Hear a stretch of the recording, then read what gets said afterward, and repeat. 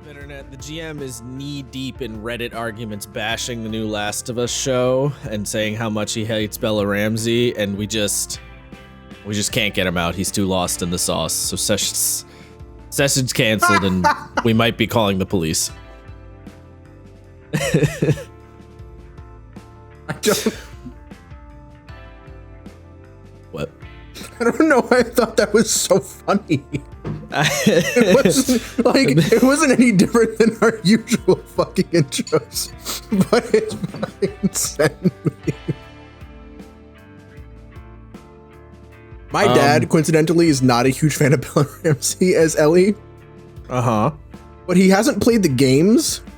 Uh-huh. So he doesn't really know why. He's like, I don't know. I'm just not vibing. And I'm like, I don't know what to tell you, bud. She acts exactly the way Ellie acts for the most part. Not what I've seen. I've seen she acts quite different. In season 2, she seems to be departing a lot more. In season 1, she was pretty similar. Season 1. I was referring to season 2. I don't even think he's seen season 2. Maybe not. Yeah, I mean, I think the main problem I'm seeing with season 2 is she just does not have the gravitas to be the psychopath that Ellie is in the game. And so it just doesn't work. She just don't got the vibe, you know? Like Ellie is... To be fair, I think very few actresses have that. Like, yeah, I mean, Ellie's a psycho in that game. The only one I think who even comes close is Charlize Theron because of Furiosa, and she just had that dog in her the whole movie. Well, that's kind of what they needed somebody who had that similar aura as Charlize Theron to be Ellie, and Bella Ramsey is incredibly not that. Yeah, I know. Actually, oh god, Maisie Williams, Arya Stark, she has that. Maybe, yeah, that could have worked. Maybe. I don't really think so. She's done some psychopath shit. There's a whole chunk of the show in books where she's just carving people's faces off to make magic masks so she can shapeshift. Nice. Yeah, I mean, I don't know. Like, people would still complain about her not looking like Ellie. I don't actually think that part matters. But yeah, the gravitas is a problem. The not looking like Ellie thing kills me because if you look at Ellie in the original game, she looks like a Barbie doll. A little bit. Like, she is so, her face is so perfect, and like it's almost chibi, right? Her eyes are big fucking orbs, and you got little pouty lips and a tiny nose. She looks like if you were to run, cute teenager or something into a fucking chat GPT, and that's what it would pop out. Like, it's impossible to meet that standard. She's a Mid-Journey model.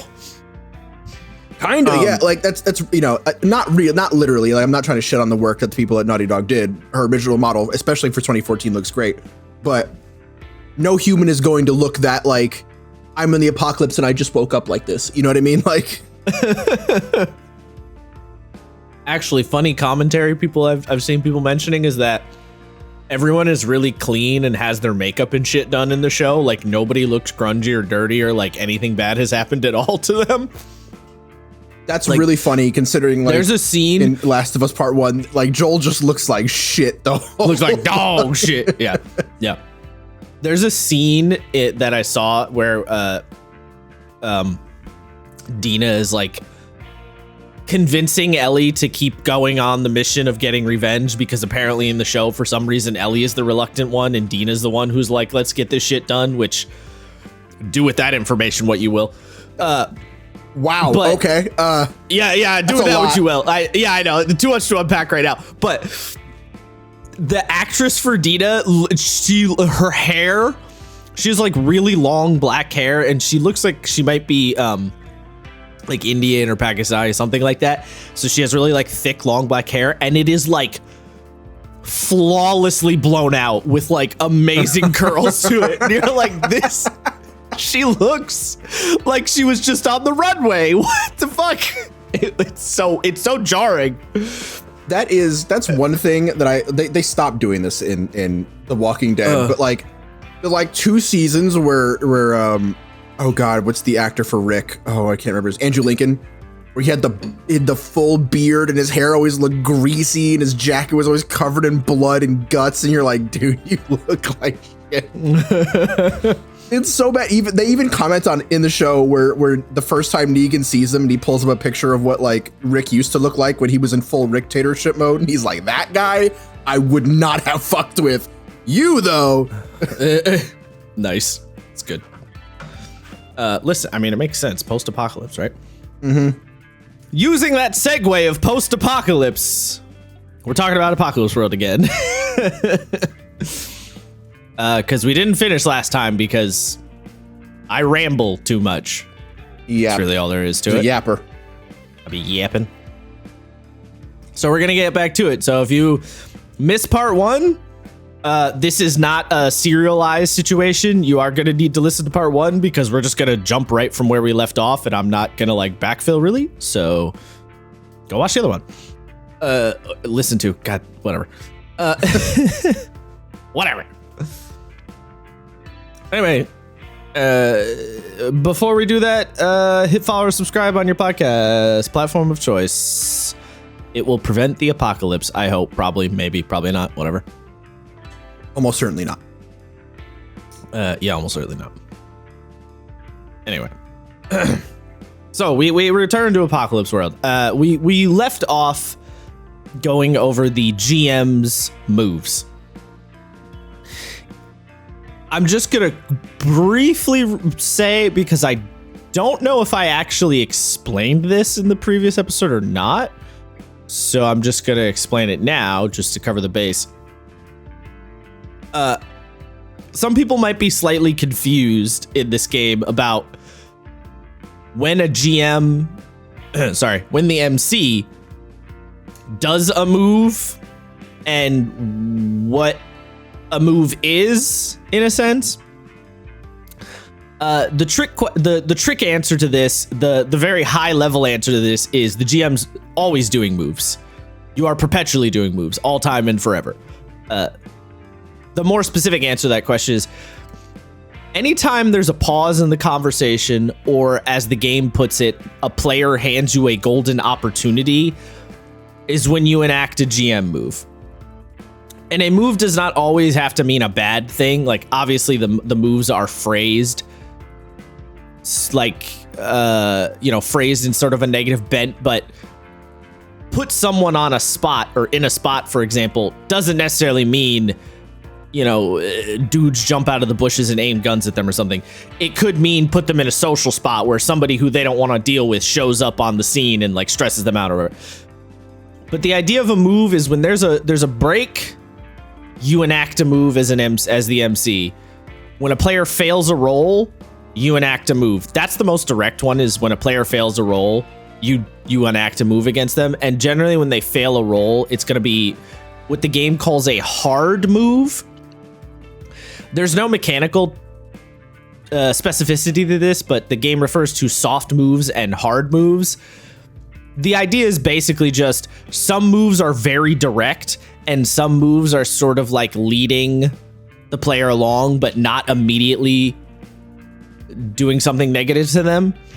So a soft move, for example, would be the player walks into a room that they didn't check ahead of time, and you as the GM say, you hear something move around, and you look around the room and you see the glint of metal. What do? That would be like a soft move. You didn't do anything to the player yet, but you are clearly telling them something is about to happen. A hard move is they ignore what you just said about seeing the glint of metal and they say, I just keep walking. And then you as the GM go, okay, someone pops out from behind a pile of stuff and shoots you with a gun in the leg. You take 2 harm. That's a hard move. You directly are like, punishment for ignoring what I told you, or punishment for ignoring the situation, or potentially punishment for failing a roll. So the basic idea is you're always enacting your moves. You're always kind of looking back to them, and you're always trying to. When you're GMing, I keep forgetting. When you're MCing Apocalypse World, there's like a pyramid of there's like a hierarchy to what you do as the MC, where your moves are kind of at the bottom of the pyramid. They're your most common. They go on the most. Your principles are kind of the next step up. Like, how am I utilizing my move to fill in the principle? And then at the very top is your agenda, which is like the broadest scope. What am I trying to get done in the session and for the game, very broadly speaking? Yeah, that's GM moves. Did that explanation make any sense, Isaiah? Yes. I feel okay. A lot of people have a hard time. I think a lot of people want to think about a GM move as if it were like an ability or something that you activate. Like you're playing D&D and you activate the monster's ability, you know, the lair action or whatever. A lot of people want to think of GM moves in that sense, where there's sort of a thing that the GM turns on to like do a thing. Not really what they are. No, I mean, I think the terminology is what confused people. To me, and, you know, I guess props to me if I'm just regurgitating what you just said, but anything a GM does in this game is a move. Responding to a player, like introducing villains, having shit go on in the background, having the fucking the ambush go on. That's all moves, if not in pure terminology, in meaning. The easiest, or the way that I had it said to me one time that made it, or I was listening to a video or whatever, that made the most sense, was moves in Apocalypse World are just taking the stuff that you already do when you're GMing any other game and giving them codification and definitions. And the purpose of that is just that the codifying and defining helps you always stay on task, essentially, and always have a thing to refer back to when you are unsure. Because effectively, if you wanted to get really meta game design on it, you could watch someone running Dungeons and Dragons and point out all of the moves that they are doing when running D&D. Because moves are really just the stuff you always do as a GM. But Apocalypse World is just about putting it in front of you as a comprehensive menu to sort of keep your brain in that space at all times and always keep you on track. This is a really good game to teach you how to GM.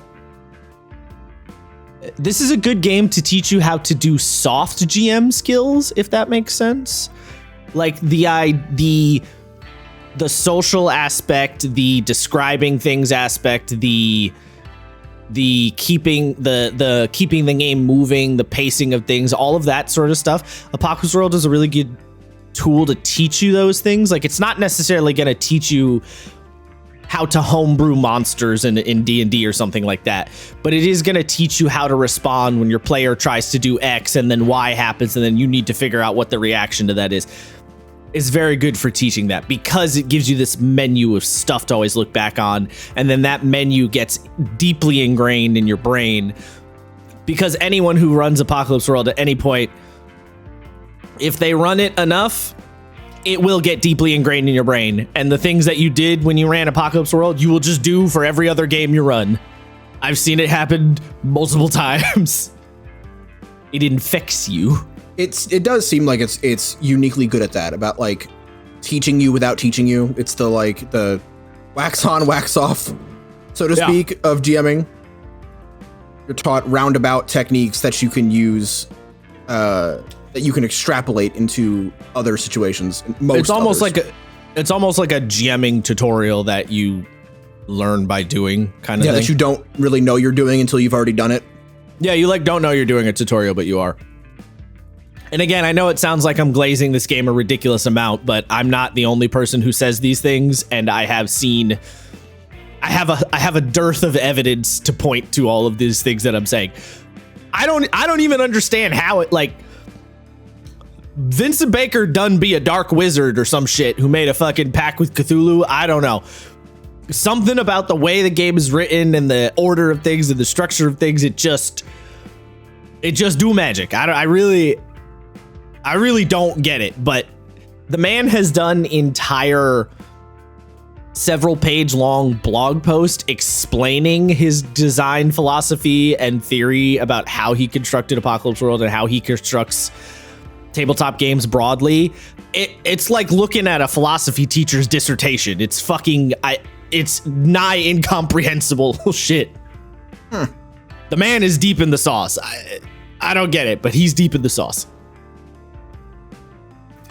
Anyway, so after the game talks about MC moves, it gives you a little rules in your prep stuff.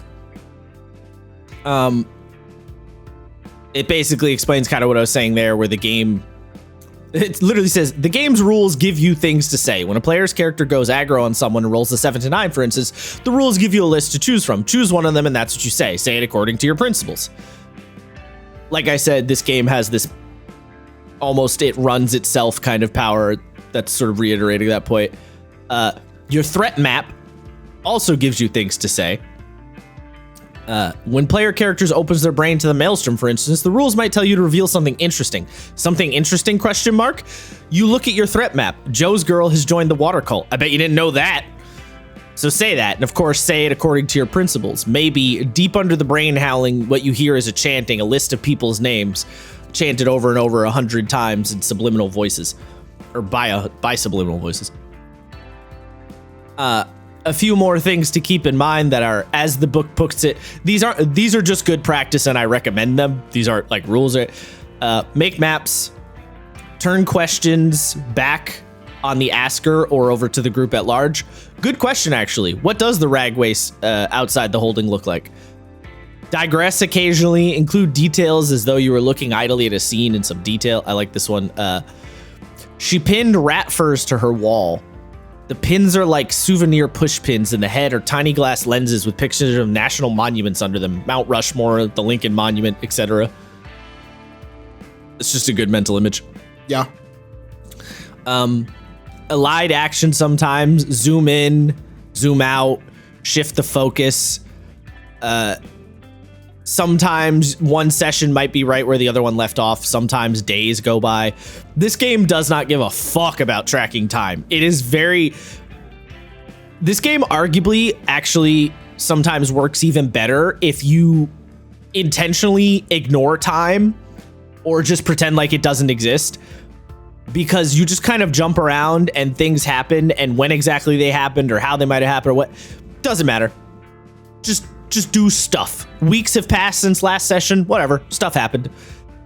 It just, the freeform nature of it almost makes it better if you ignore, like, tracking days and counting and stuff like you might do in a D&D campaign. Not worth it. That has been arguably one of the arguably detrimental. I kind of like that, because as someone who's run a D&D style game, that is the most difficult shit. To be like, well, I want a level of congruity. I don't want just skipping around the timeline. But then you're like, well, why does this shit fucking matter? And as I'm learning in Lancer, it actually, I think, runs a lot smoother when you just act like it doesn't matter. And I have, it's gotten to the point where I've even been like, oh, it's like a week and a half travel. And then we have to go back there, and I'm like, it's been 2 days, and no one asks, and I don't think most people remember. And you're like, okay, so maybe this didn't matter as much as I thought it did. Well, some games care and some games don't, like Stars Without Number and Worlds Without Number are two games that do care about tracking time, because there's specific mechanics and things the players might do and the faction turn and all this stuff that where the exact time period can be important.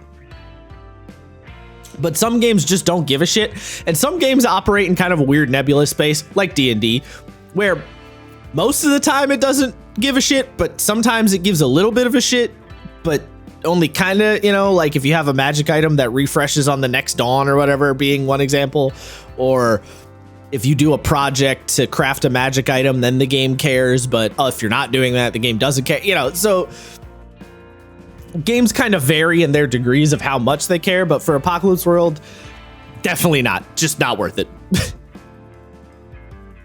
Another thing, speaking of the zooming in and out, is the game says this goes for moves too. So making a dash under fire might mean crossing 3 meters of open ground in view of one of Dremmer's snipers. It might mean crossing 100 meters of broken ground with his gang arrayed thereupon. It might mean crossing the whole damn burn flats with Doghead and his Gringo Dingo cannibals in pursuit. Gringo Dingo cannibals. Grinning. Sorry, I read that wrong. Grinning okay. Dingo. Grinning Dingo cannibals. I was going to fucking lose it. That would have been the funniest shit I've heard today.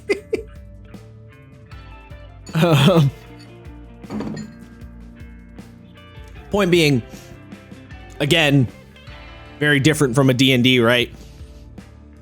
A move could cover a huge swath of time or a very short period of time. It kind of just depends on what you need it to do. Then it also talks about making sure everyone gets screen time and taking dedicated breaks, usual good practice stuff. Then there's a very brief chapter on the first session. So this game's real explicit about what kind of session the first session of Apocalypse World should be. Essentially, when so it very specifically says, before the first session, familiar yourself with the rules for creating threats, but don't create any threats. So session 0, do not create any threats. Daydream some apocalyptic imagery, but do not commit yourself to any storyline or any particular characters. Essentially, the first session in this game is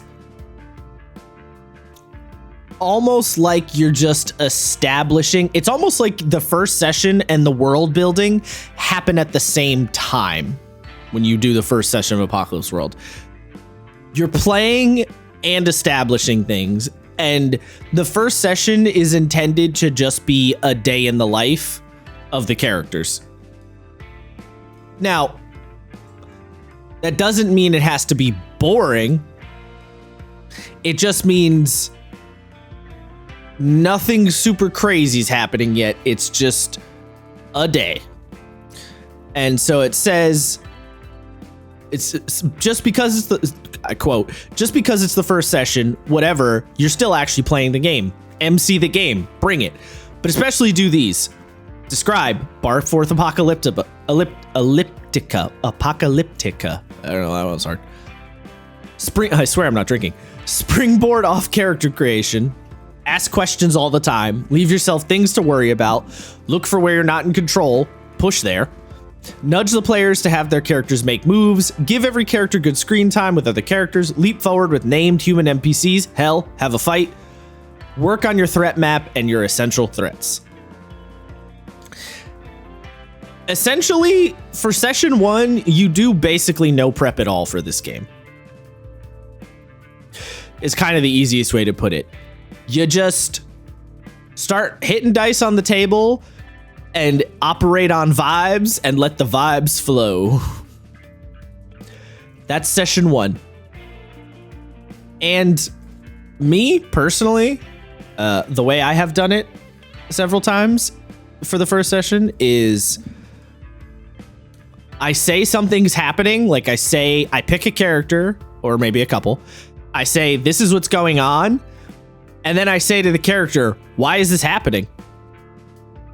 And then we go from there. To give an example, I had one game where the driver character was on his way back to the water bearer character's hold. Water bearer is like an extended playbook. And I said to the driver, you're driving down the waste towards the water bearer's hold. Several other cars are chasing you. Why are they chasing you? And the driver player basically said, oh, I have a kid in the car with me. I have a passenger who is valuable to them. And then we just kind of went from there. And that was how I kicked off session 1. I had no plan beyond he was moving towards the base and there were dudes after him. Those were all of the thoughts I had. And then we went from there.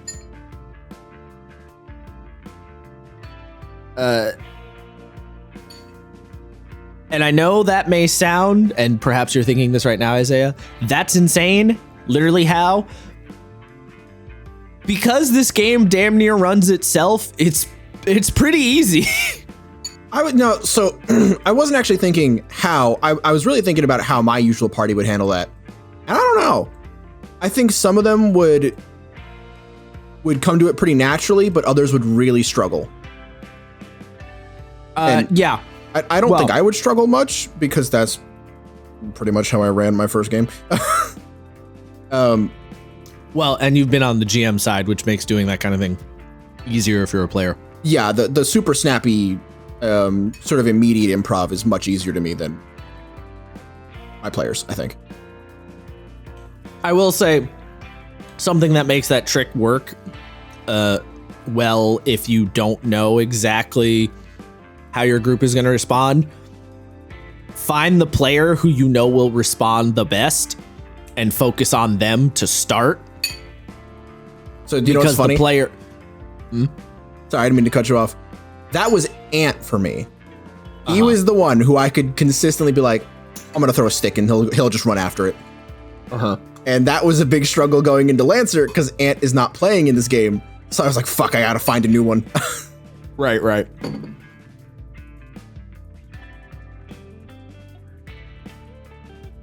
Yeah. Because if you can throw it, if you can throw up the prompt, whatever it might be, at the most responsive player, they will get the ball rolling and then everyone else will generally feel more comfortable to follow suit. Not always, of course, but generally. I feel like that is actually right now currently me in Fabula. I would say that is the case, yes. So, then after the first session, where do we go from there for the second session and onward? Basically, prep for this game. You think about the game. You look at your threat map. You make whatever adjustments you need to make to your threat map. That's about it. And then you give yourself questions. You put a lot of stakes questions. And then you go from there. Because you don't need stat blocks, spells, magic items, like rules for running a business. Because you don't need all of that other stuff, prep for this game is a lot of thinking and writing down almost improv prompts. Like you're giving yourself if-then questions or something like that. You're just giving yourself writing ideas. And then when it makes sense for them to come up in a session, you let them rip. Maybe you plan a couple of scenes, like I'll plan some bits and pieces scenes that I want to hit. But also, again, because I don't really give a shit about time when I run this game or continuity at all, really, I write the scene down and they can kind of happen in whatever order I want them to. Whatever order makes sense. This is also kind of why running Apocalypse World often feels... It almost always gets weird and a little subliminal. I don't know if that's the word I want. It gets a little like, wow, what's a word I'm looking for? It gets like heady. It Twin Peaksy. Like, I don't know. Apocalypse World always seems to get into this space. Huh? Uncanny, maybe is the word you're looking for. It kind of, yeah, like it always gets into this, it feels like the game always gets into this mental space of, even if you don't intend it to feel this way, you always seem to end up in this place of, did that actually happen? Did the characters do, when did this happen? What order was these events? Does these events matter? Like, things just sort of seem to occur a little bit because you just sort of let the game do its thing. So right. It has this, it has a lot of that again, that kind of Twin Peaksy thing of, did that actually happen? I don't know. It doesn't matter. Right, well, because something, and we'll talk about this a little more later on, is the fact that the messy tag exists is like a perfect example of this. Yeah. Because, and spoilers, messy just means like you can have shit amputated from like if you get hit with a shotgun, it's gonna take your fucking arm off. Take an arm off, put a hole in you. Yeah. Yeah. But then when you die, spoilers, you can die multiple times. You just get back up and your arm is back. And like, how is it back? Why is it back? Who put it there? Who fucking knows? Yeah, or your arm might not be back. You could also, the player could say, my arm's not back, and that's what makes me weirder, and then go from there. Like, there's a lot of nondescript space to operate in there. It looks so. Remember, we've talked about like, oh, you can die 4 times maximum. I think that has increased. No, it's you 3 times, and then the 4th time you're dead. Okay, we'll get to it later because I saw something. I don't know if I missed it. Fair enough. Yeah, so that's prepping. So I mentioned the threat map. So now let's go into dealing with threats. So, as we said previously. Oh, actually, one little thing I wanted to say. Stuff like that, Isaiah, that you just mentioned, and I think I said this in the previous episode, is also why no matter what you try to do, Apocalypse World campaigns always get fucking weird. You cannot tame them. Because of shit like you said, where you come back and then your arm's fine, and it's like, why is your arm fine? You're like, I don't know, who cares? Ooh, stuff's happening. You're like, okay.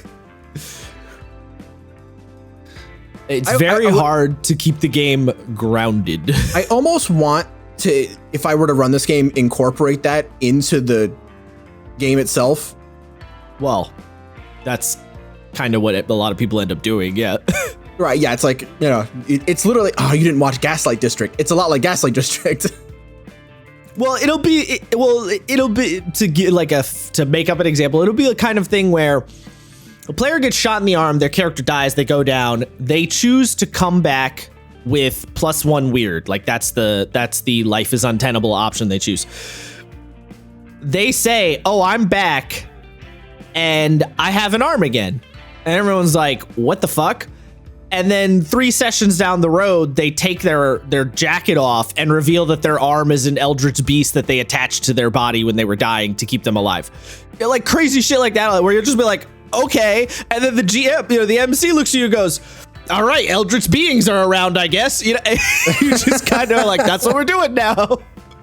Because that's just kind of how this game flows. Like, that's the spirit of the game. I mean, again, as I always say, you could just ignore the game and be like, no, you can't do that, right? You obviously, but that's very against what the game wants you to do.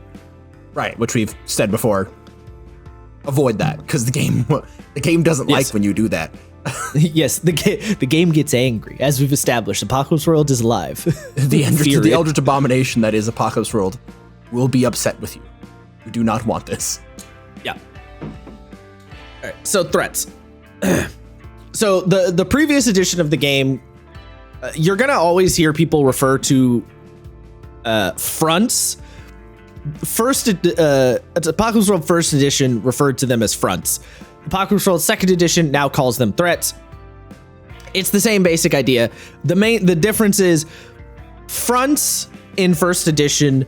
A front was a collection of threats that would all be related to each other and would all be coming from kind of a similar place, whether that place be physically or thematically or psychically. They're all coming from a similar place. Threats in Second Edition are, you have more of a, as opposed to a list of fronts, you have a map. And by map, it's a big like circular graph. But the threat map is all of the different things that are around the PCs, both physically and like not hypothetically, both physically and not spiritually, conceptually, both physically and conceptually. That's what I was trying to. I was like, are we gonna have an immersion? Are we gonna have an immersion? Conceptually, So the threat map, you put the PCs at the center and you build the threats around the PCs. But the idea is that threats are these things that are always operating in the background, and if the players do nothing, the threat will move forward. And this is your main tool of prep in this game. You establish there is a threat, and then for most of them you will make a countdown clock, and then as that countdown clock ticks forward, things will happen. If the players stop it, they can stop the bad thing from happening. Or it might not even be a bad thing. It could be a good thing too. They will stop the thing from happening, or they won't. And then it will move forward, and then it will resolve, and boom, bang, boom, something will change. The structure, the structural difference is that the threat map breaks them out a little more individually and wants you to position them in actual you position them on the map itself, and where they are positioned in the map is sort of a broad, vague descriptor of how they relate to the players. So you start with the middle of the map. This would be really easy if I could show a picture of the map right now. I mean, like, how would you describe the threat map, Isaiah? Like, is there an easy way to describe it? Yeah, it is a graph of concentric rings with an inner ring, a middle ring, an outer ring, and basically the closer the rings are to you, it signifies the closer the threat is to your players. So yes, it separates itself into immediate threats, threats that are coming up, and then threats that are on the horizon. Yes, and threats that are beyond the map are like really out in the distance, but could eventually move towards you. They do actually mention them. They're called notional threats, which I think is kind of funny. Yeah. Also, there is this is one of the, so in some ways I like fronts better, in some ways I like the threat map better. One thing I find a little weird about the threat map is it has cardinal directions. It has northeast, south, and west. And then it has, on the intercardinals, it has in and out and up and down. Yeah. The idea is that, so when it says in, for example, it means that the threat is kind of within where the PCs are, right? Like physically or emotionally or conceptually or whatever. It's somewhat, so for the example it gives, the example threat map, it mentions the water cult and puts it in the in section, because the idea is that there are NPCs that are close to the PCs that are already in the water cult, right? And that is, within them. And then you have up, for example. Up could be like physically, literally up, as in there's a weird gang on a ridge above where they live or something, but it also could be there is someone who has a higher up status than them. I don't super love these because they kind of just, I don't know, they kind of get muddy in my brain. I don't love having the positions on them so much. That's fair. I get why it was done this way, because you can't, like, they could have rendered a more like an omnidirectional map, but that would have gotten a little wacky. So I get why they did it this way, but no, I agree. Like, the other thing, how else could they have done it though? Like, I don't think you need those descriptors. I think there's enough when you design an individual threat itself. I think you're putting enough information in the threat box itself that you don't really need the up, down, northeast, west, or whatever. Like, I don't think that adds a lot personally. But I also might be using it wrong, right? I might be misunderstanding a little bit what the intention of it is. I've always found it a little confusing. Another thing is the directions of the threats. It tells you to make a direction to the threat, like where it's moving, where it's going. And I don't really know what the point of that is. Because on the example threat map, for example, it says Dremmer's Raiders. Yeah, moving and then outward. it shows an arrow moving counterclockwise.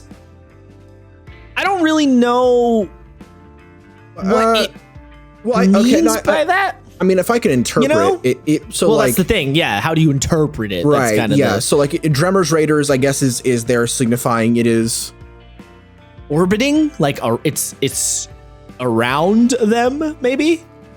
That I was thinking because it's going into out, it is affecting the players and maybe another faction that will also cause problem for the players. You know what I mean? It's like, oh well, Drummer's Raiders are bothering us, but they're also bothering Gastown, and then Gastown will come bothering us. Yeah, because they want Drummer's Raiders to fuck off. Could be that. Yeah, maybe. I'm only thinking about like, if you think about it, right? Because it's aiming towards out. I think that's what the notional would be for, is because that thing will shift over and another thing will come into the notional section of out and then slowly work its way back in. Could be. Yeah. That's an interesting way to put it. I've read how the books are. I've read the book describing it, and it just I'm a little wishy-washy on it. But the way first edition did fronts, I did sometimes have some frustration trying to take all of the threats within a front and relate them to each other, because I would often feel like when I made when a new threat would come up, there'd be a lot of scenarios where I'd feel like it didn't fit in any of the fronts and it didn't fit with anything else. But the game recommends, tells you when you create a front in first edition, it should come with 3 or 4 threats. So I'd have a singular threat that doesn't fit with anything else, but I don't want to make a whole new front because then I have to add on top. You know what I mean? So that would get messy. Mm-hmm. So there's kind of pros and cons to both types of displaying it. But broadly speaking, they both do the same thing, which is give you all these spinning plates in the background as the GM to mess around with and look at and go, okay, basically between every session, you look at all your fronts or your threats. See, and I'm always going to call them fronts still. You look at all your threats and go, okay, has this one changed? Does the clock advance? Does the threat move? Did a character in the threat die? Ergo, maybe the threat's gone. This is another thing.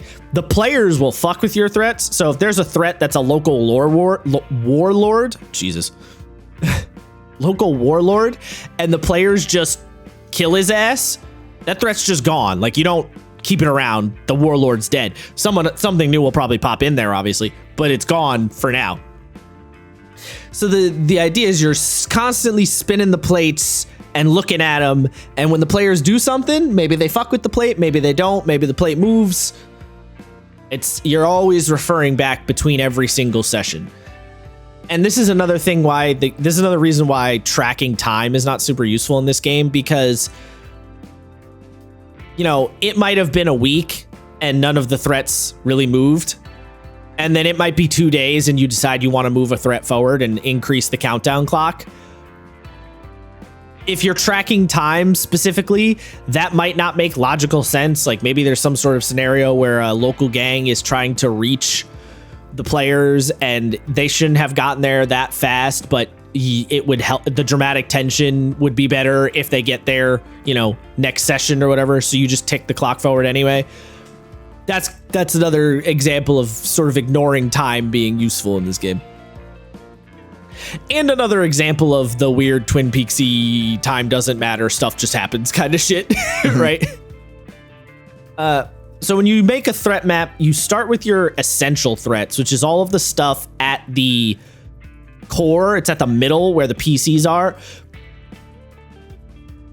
The game uses the word threat, but threats are not inherently threatening by default.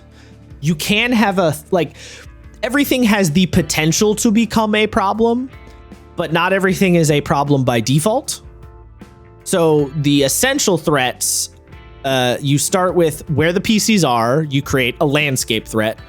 If the PCs have any gangs, you create those gangs as brute threats. If the PCs have any other NPCs, because a lot of the playbooks will start you with NPC teammates or workers, employees, or whatever, you could create them as brutes or a grotesque or maybe a wannabe warlord. If the PCs have any vehicles, create the vehicle threat.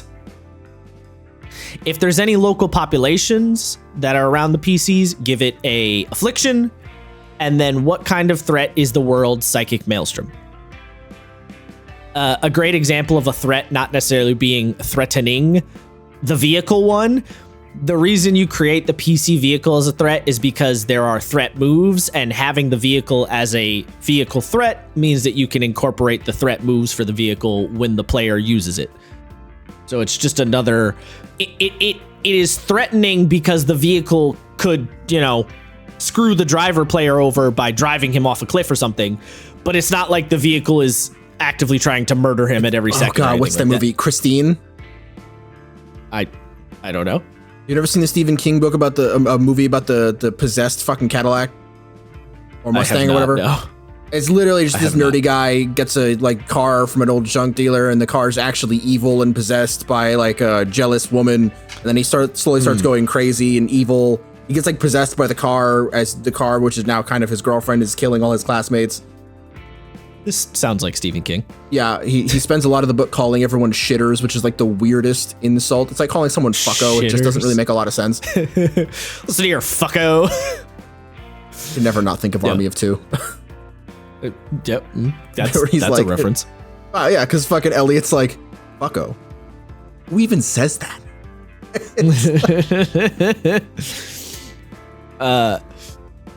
So when you create a threat, you start by choosing what kind of threat it is, give it a name, copy over its impulses, describe it, and list its cast. Cast meaning if there is any cast. Cast meaning, if there's a gang, list a couple important members of the gang, for example. Impulses are exactly what they sound like. It is what kind of impulse does that threat have? What does it want to do? Place it on the map. If it's in motion, mark its direction with an arrow. This is that whole thing we were talking about of it moving around. List its stakes questions if you have any, and the reminder, stakes questions are questions that you as the MC write down. And when you write them down as a stakes question, you are committing to not answering the question yourself and figuring out how it's going to go in play in the moment, and letting the game fuel the answer.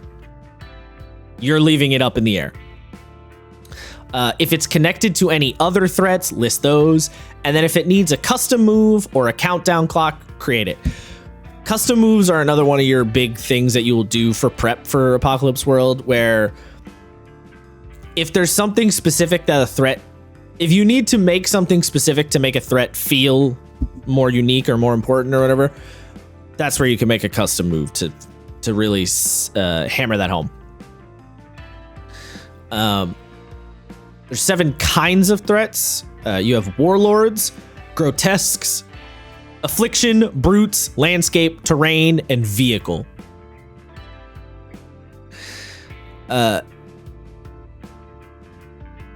They're all a little vague and open on purpose. The idea is that everything should be able to fit into these 7, but how they fit in or how you decide for them to fit in, totally up to you. The impulses, like I said, to give you a couple of examples. Oh, also all of the threats have sort of subtypes.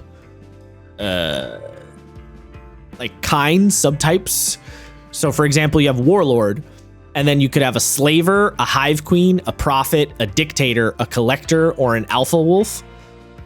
And then they all have impulses. So a slaver's impulse is to own and sell people. A hive queen's impulse is to consume and swarm. The prophet's impulse is to denounce and overthrow. The dictator is to control. The collector is to own. The alpha wolf is to hunt and dominate. Again, these are not literal, like a hive queen is not actually a swarm of bees or whatever. It's very symbolic phrasing. And then you have threat moves for each kind of threat. Examples for the Warlord: push the battle moves, outflank someone, corner someone, encircle someone, attack someone suddenly, directly, and very hard, attack someone cautiously, holding reserves, seize someone or something for leverage or info, make a show of force, make a show of discipline, offer to negotiate, demand concessions or obedience, claim territory, move into it, blockade it, assault it, buy out someone's allies, make a careful study of someone and attack where they're weak. Warlords act primarily through their people, acting directly themselves only when cornered or caught out in a pen. The basic idea is the threat moves are just an expanded repertoire from your basic GM moves to say, okay, they're dealing with this specific threat, so I want to get a little more granular in how they respond. So someone tries to threaten a character and makes a roll for it and fails, the character might get out of their way and smack the gun out of their hand and be like, what the fuck, dude? Someone tries to threaten a warlord and fails, then the warlord might just attack them suddenly, directly, and very hard. Like, just beat them into a pulp because they're dealing with a very specific kind of threat. Or a specific person. Each of them has that list of, like, subtypes, moves, impulses, yada yada. The only one that you might find a little weird is probably vehicles. Basically, any vehicle, as it says, any vehicle distinct enough to describe individually is a vehicle threat. Hooch, the chopper's aggressive roaring guzzler of a bike. Audrey, the driver's huge armored ram-bearing tow truck. Rolf Ball, the warlord's garish, jacked up bulletproof limo. If it's Mad Max's fucking Charger, what the hell is the V8 Interceptor? Oh, yes. If it's Max's Interceptor, it's a threat. Max's Interceptor is a threat. The war rig that Furiosa drives is a threat. Immortan Joe's weird fucking that actually giant does tires. Have a name. Yeah, the monster truck fucking monster truck thing. Cadillac, that's a threat. Yeah, that's a threat. Any vehicle that, like, if you think about it in movie terms, any vehicle that has relevant screen time and is clearly special, threat. The Doof Warriors, of course. The Doof Warriors, sick, multi-speakered. The Doof Wagon, you mean? Doof, yeah, that's what I couldn't remember the name of it. The Doof Wagon. The Doof Wagon's a vehicle threat. Side note: Apocalypse World First Edition came out before Fury Road. And then second edition came out after Fury Road, and he very explicitly added a whole bunch of vehicle rules. For no particular reason. I love that. I love that a lot. Yeah. And then so you get a little section describing basically how to use threat moves, how they're different and similar, yada yada. The description and cast of a threat, like I said, it's who's involved, right? If you imagine Immortan Joe is the warlord threat, the cast would be him, Rictus Erectus, his weird, his baby doctor guy, baby doctor guy. The guy who pulls out the baby. The organic plays mechanic. With the organic mechanic. Yes, yeah. They're all the cast of Immortan Joe's threat. And then, like you said, you write down any stakes questions if relevant.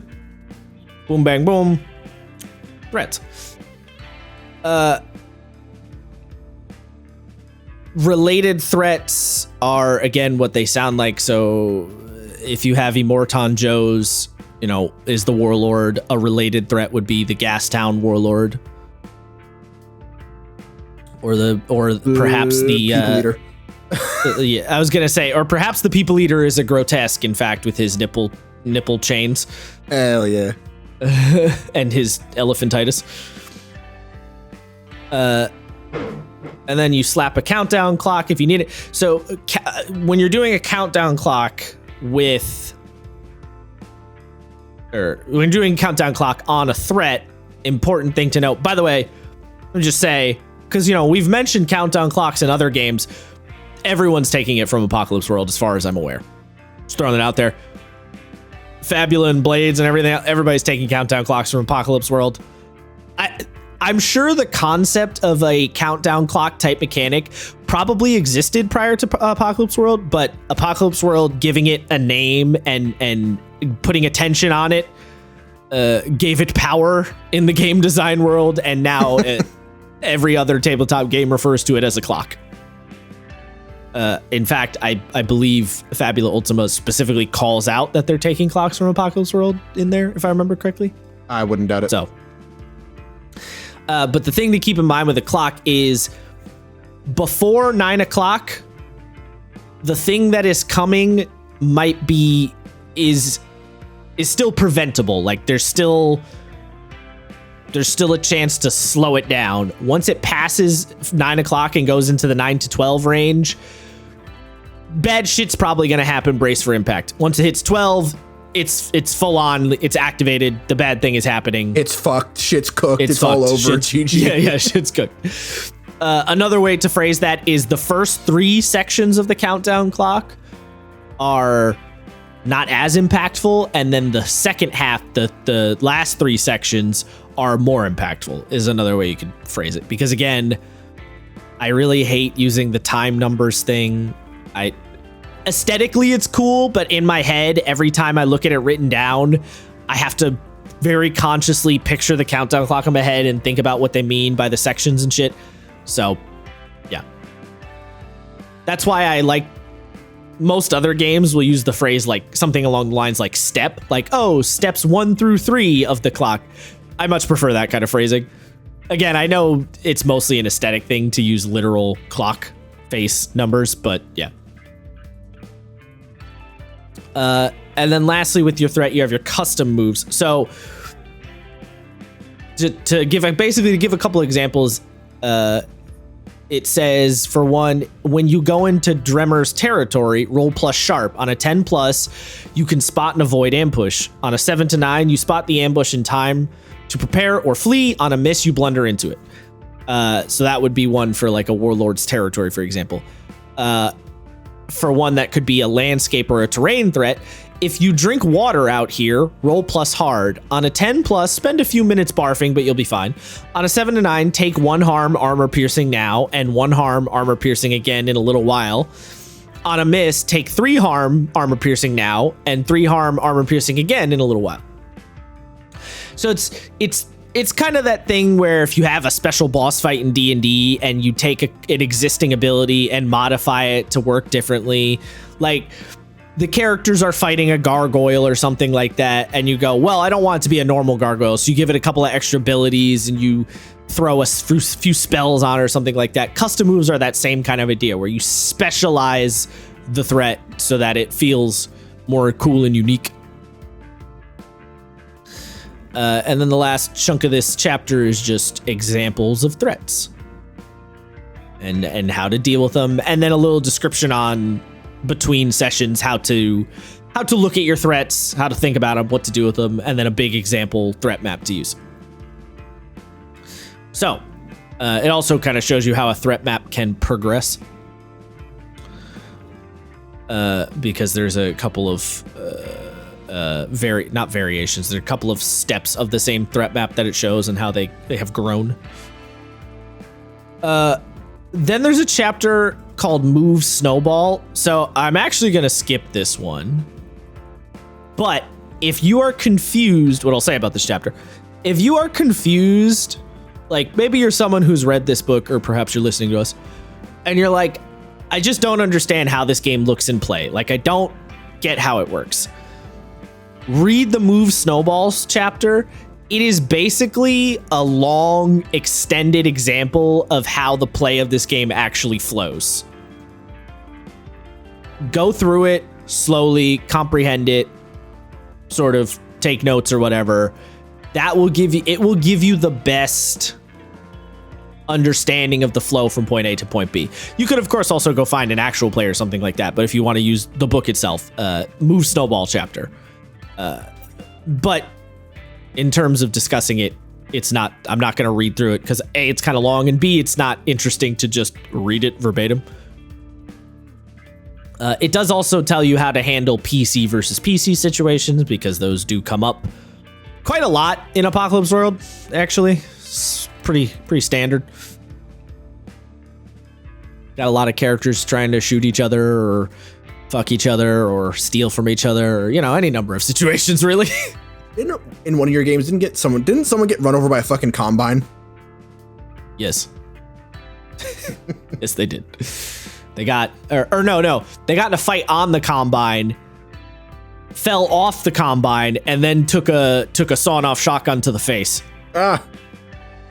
Yeah. From one player to another. Ah, even better. That's kind of crazy that he chased him down. Like, well, oh yeah, I'm finishing this.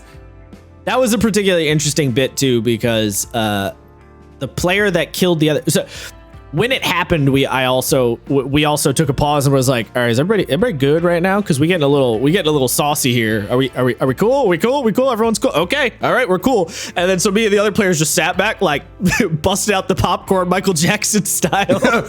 Resume. Resume. Go ahead.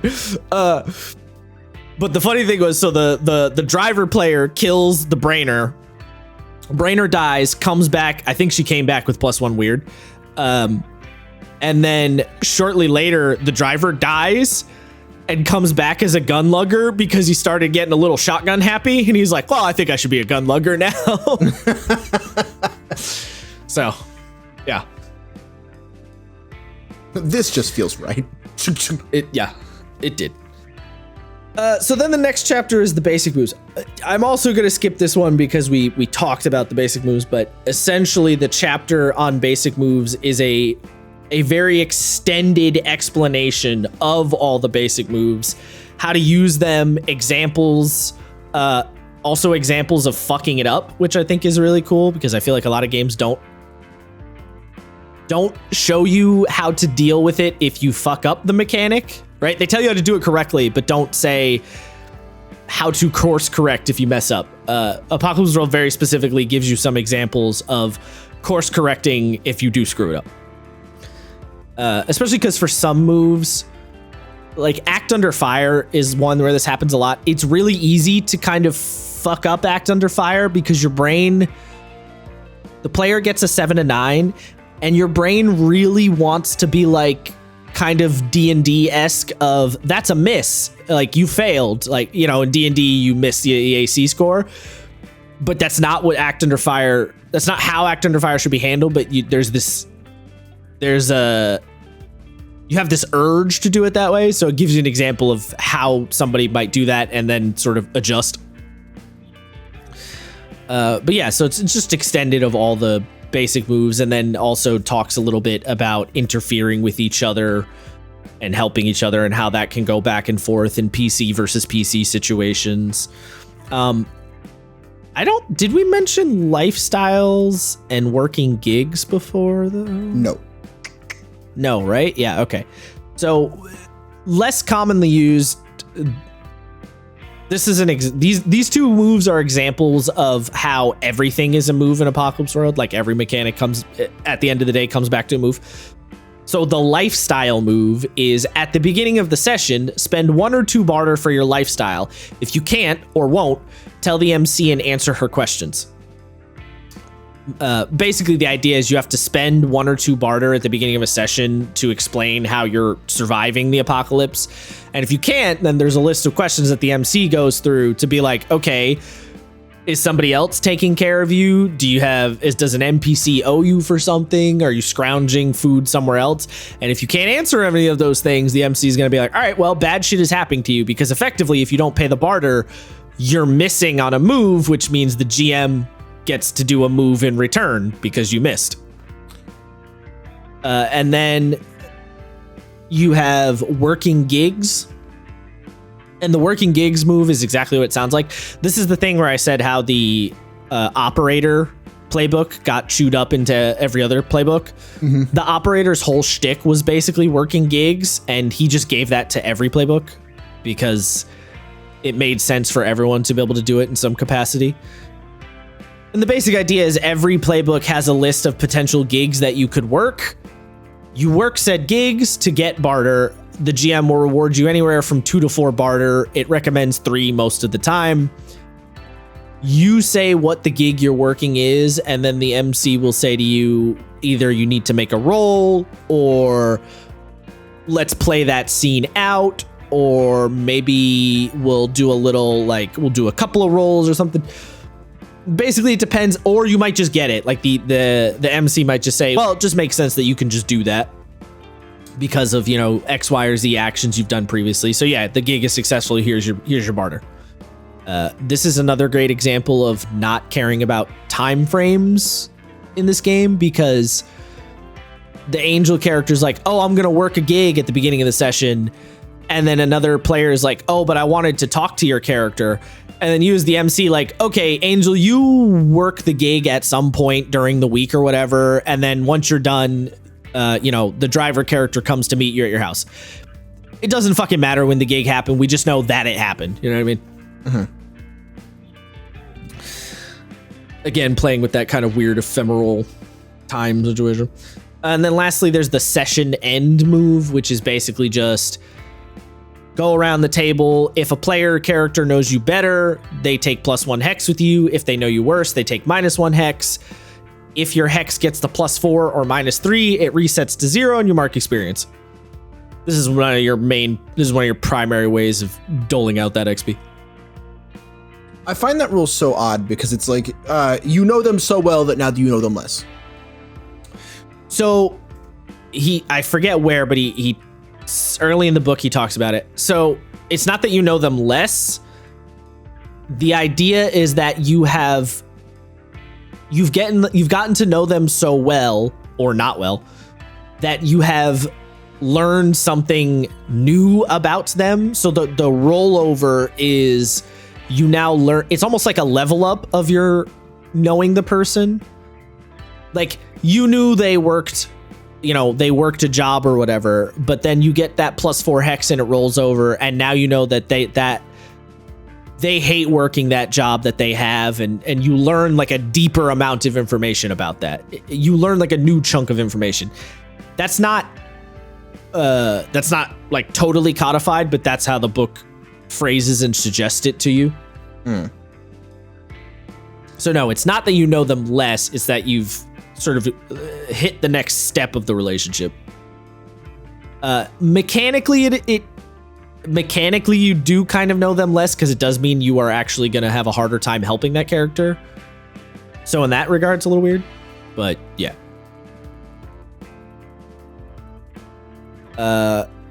Then from the basic moves, we get to peripheral moves, and these are basically what they sound like: peripheral.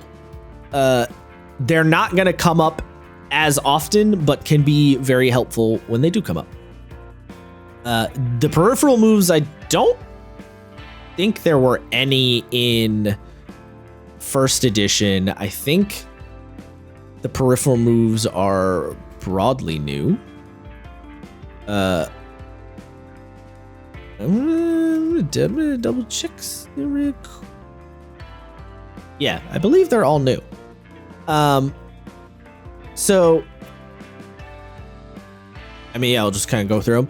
So the first one is the what's referred to as the harm move, or the suffer harm move. Basically, when you suffer harm, you roll plus the harm you suffered. This is, I think, the only move in the game where you actually want to roll high instead of low, if I'm remembering correctly. Do you mean low instead of high? Low instead of high. Sorry. Yes. You want to roll low instead of high. Yes. Because on a miss, it basically can mean like nothing bad happens. So yes, this is a move that you want to roll lower. And the reason you want to roll lower is because you roll plus the harm you suffered. So if you suffer less harm, you have a better chance of rolling lower, which is better. Because if you wanted to roll high, that means you would want to take more damage every time to make this roll better. And obviously that's dumb. So,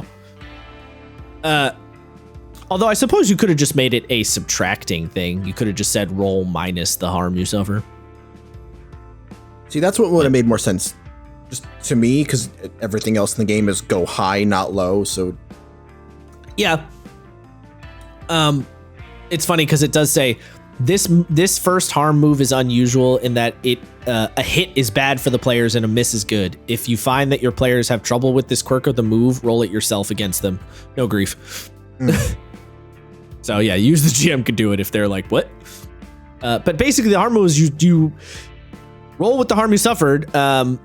If you roll high, a couple of things can happen. Like, for example, you might only suffer 2 harm, but you roll really high on this roll. And then one of the options the MC could choose is you're out of action, unconscious, trapped, incoherent, or panicked. So like, you're not dead or anything, but you just got fucking domed on the head. So you're just out of the fight or out of the scene. It's worse than it seems. Take 1 harm. And then there's a couple of 7-9 options. Basically the harm move is if you want to make a fight situation be a little more interesting, every time the harm is exchanged, you roll the harm move because it could potentially swing the advantage way in someone's favor or way screw them over, or maybe nothing happens, but it adds an element of like, ah shit, what's happening? The next harm move is if you inflict harm on another PC, the other character gets +1 hex off you for every segment of harm you inflict. Which I always think is funny because basically if you fight someone, you get to know them better. Dante would be proud. Conversely, if you heal another character's harm, you get +1 hex with them. So, similar thing. The difference being if you harm someone, the character gets +1 hex with you, whereas if you heal someone, you get +1 hex with them on your sheet. Excuse me. Then we have our barter moves. Basically, if you're throwing money around, there are moves to cover that too. If you give 1 barter to someone with strings attached, you're manipulating. You can bribe somebody, basically. If you go into a holdings bustling market looking for something particular, looking for some particular thing to buy, you roll plus sharp. And then on a 10+, yes, you can go buy it. On a 7 to 9, there's a couple of options, like it's not openly for sale, but you can find someone, or it costs 1 more barter than you thought. Then you have this one I think is funny. When you make it known that you want a thing and drop the jingle to speed it on its way, roll plus barter spent, max of +3. It has to be a thing you could legitimately get this way, so you can't be like, I would like a space laser cannon. No, fuck off. On a 10+, it comes to you, no strings attached. On a 7-9, it comes to you, or something pretty close. On a miss, it comes to you, but with strings very much attached. I hate that they use jingle in caps to make it like a proper noun, and I'm like, stop that. I don't like the way that sounds. Yeah, it's jingle. You got money on you. Yeah, I want some. I just I don't like it. I don't even know why I don't like it. Side note, if anyone's curious, the game does not have any specific rules or it doesn't tell you what barter or jingle is. It's just abstract money. It can be whatever you want in your game. I remember I had one campaign where it was like rare tulips that people traded. It's just whatever you want. Yeah. I don't remember how we came to that, but yeah.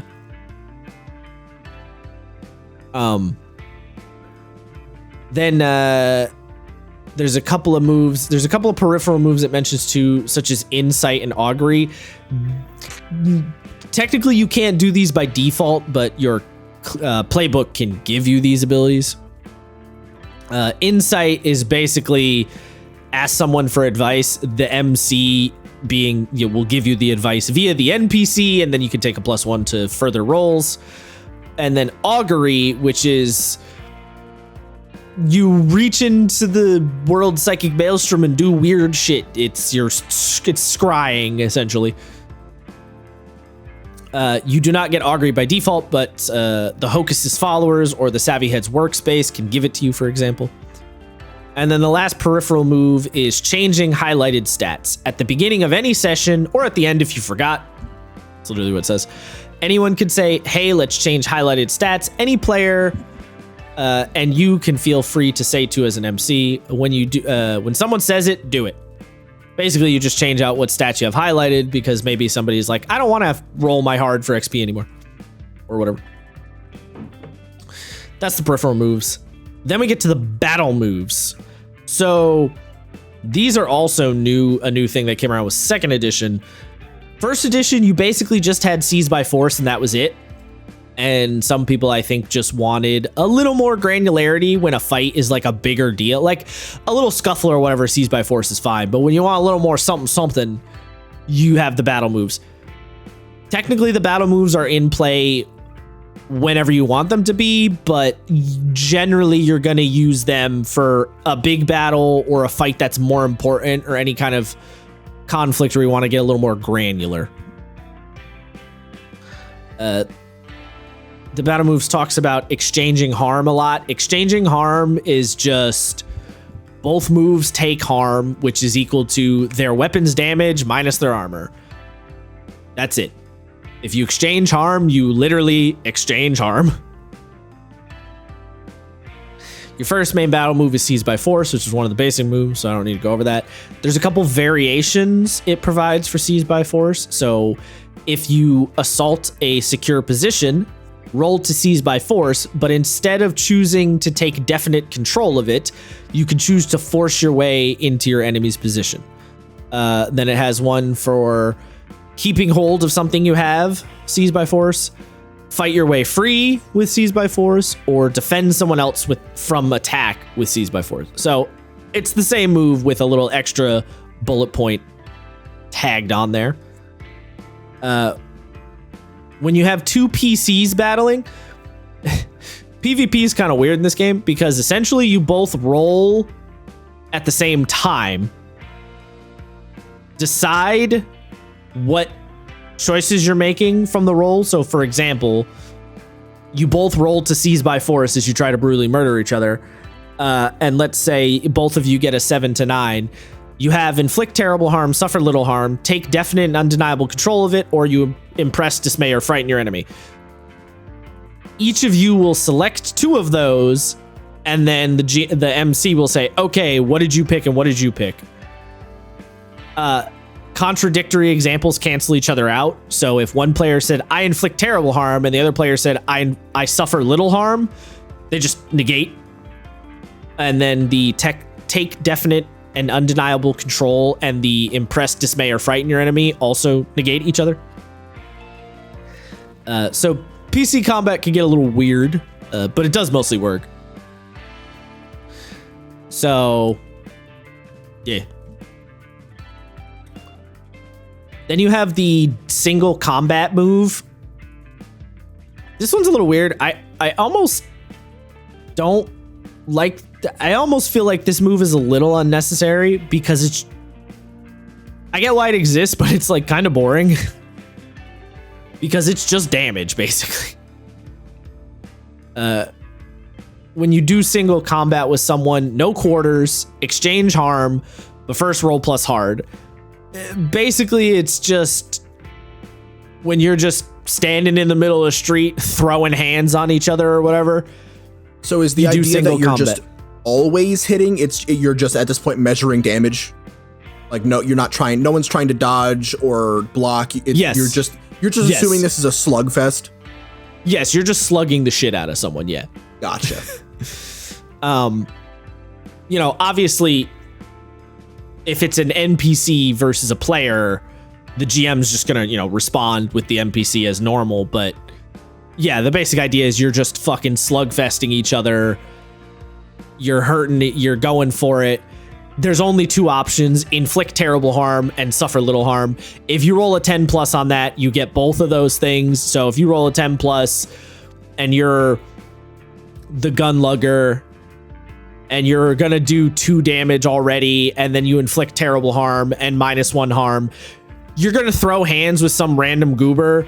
He's gonna do no damage to you, and you're gonna knock his dome out in like one exchange. He's just going down.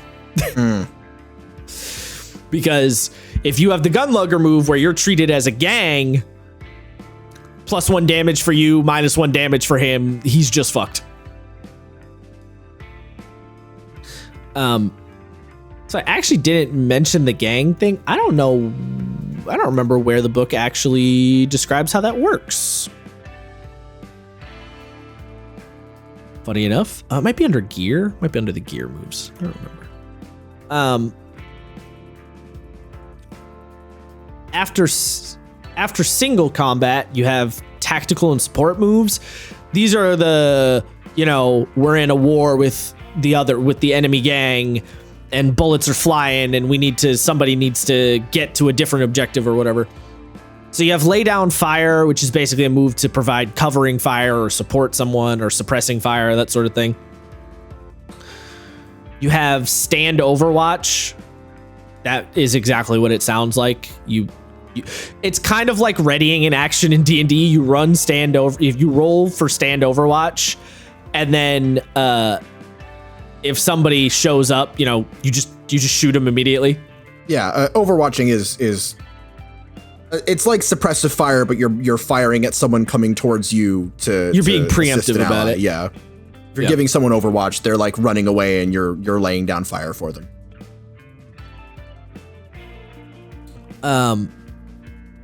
Then you have the keep an eye out move. This is the snipers on the roof checking things for you. Hell yeah. You can throw out +1s for your teammates, or direct, or another one like direct an ally's attention to an enemy. If they attack that enemy, they inflict +1 harm. The battle moves are cool. It is fun, but it's funny, they don't come up very much because you're not doing a lot of all-out war type shit. Like when you're busting out the battle moves, it's like a big set piece moment in the campaign. Oh, interesting, because I think this is just a leftover of me not having all of the satisfaction I wanted from playing Grant, but I keep wanting to play the sniper character, so I feel like I'd get a lot of use out of keep an eye out. Even if it's not a war situation. I mean, you can as a player, of course, always push for like, I'm trying to do this thing, like let me use this move. That's always on the table. I'm just saying broadly, because battles you don't tend to have a lot of battles in the bigger scale sense in Apocalypse World until it's a big moment, so they don't tend to come up as much. But you could definitely, as a player, go out of your way to push for them. Or you could just be, about that life and just be going after everybody. Yeah. Well, so we'll threatening everyone's life. I really like Hunt and Prey and Escape a Hunter. Yeah. So then then we have the subterfuge moves, which are, baiting a trap or chasing someone down or like fucking with somebody. So they're for ambushes and hunts and hide and seek, as the game puts it. So you have the bait a trap move, which is literally you try to lure your opponent into a trap, and then on a hit, you draw your prey into the trap, otherwise they only approach. Your prey doesn't suspect you, otherwise they're alert. Or you don't expose yourself to extra risk, otherwise any harm your prey inflicts is +1. On a miss, the MC chooses one for you. Then you can also bait a trap for another PC. They can interfere with that, of course. Then yes, hunt prey, as it describes it, when you're the cat, roll +cool. On a hit, you catch your prey out. On a 10+, you've driven them first to a place of your choosing, say where. On a 7 to 9, you've had to follow them where they wanted to go, they say where. On a miss, your prey escapes. And then escape a hunter is when you're a mouse, roll +cool. On a 10+, you escape clean and leave your hunter hunting. On a 7 to 9, your hunter catches you out, but only after you've led them to a place of your choosing. On a miss, your hunter catches you out and the MC says where. Then there's some rules on PC versus PC, cat and mouse. And then one that's really funny is turn the tables. When it's not certain whether you're the cat or the mouse, roll +sharp. On a hit, you decide which you are. On a 10+, you take +1 forward as well. On a miss, you're the mouse. See? Yeah. And then we have the Road War moves. This is for living out your Mad Max Fury Road fantasies. Yes. You have boarding a moving vehicle. You roll +cool minus. This is where these moves are where the vehicles. I don't know if you remember, but the vehicles have stats. They have speed, handling, and massive, I believe it is. For this one, if you board a vehicle, roll +cool minus its speed. So if it's a particularly fast vehicle, it's harder to get on there. To board one moving vehicle from another, roll plus cool minus the difference between their speeds. So you can also jump from vehicle to vehicle. On a 10 plus, you're on and you made it look easy. Take +1 forward. On a 7 to 9, you're on, but Jesus. That's a quote. On a miss, the MC chooses. You're hanging on for dear life or you're down, and good luck to you. Then you have outdistance another vehicle, which is basically lose them. You roll plus cool modified by the vehicle's relative speed. On a 10 plus, you outdistance them and break away. Relative speed, meaning, you know, the difference from you to the other one. On a 7 to 9, you have to choose one. You outdistance them and break away, but your vehicle suffers 1 harm AP. You don't escape them, but you can go ground to place your... You can go to ground in a place of your choosing. Or in a place you choose. Or they overtake you, but their vehicle suffers 1 harm AP for the strain. Then you can overtake a vehicle, which is the inverse of outdistancing a vehicle. Then you have deal with bad terrain, which is just like, you know, driving through rough shit. Like, oh, fuck, you know, we were in the mud or whatever. On a 10 plus, you roll plus... When you deal with bad terrain, this is where your handling comes in. You roll plus cool plus your vehicle's handling. Now, you might notice in this... Wait a minute, Josh.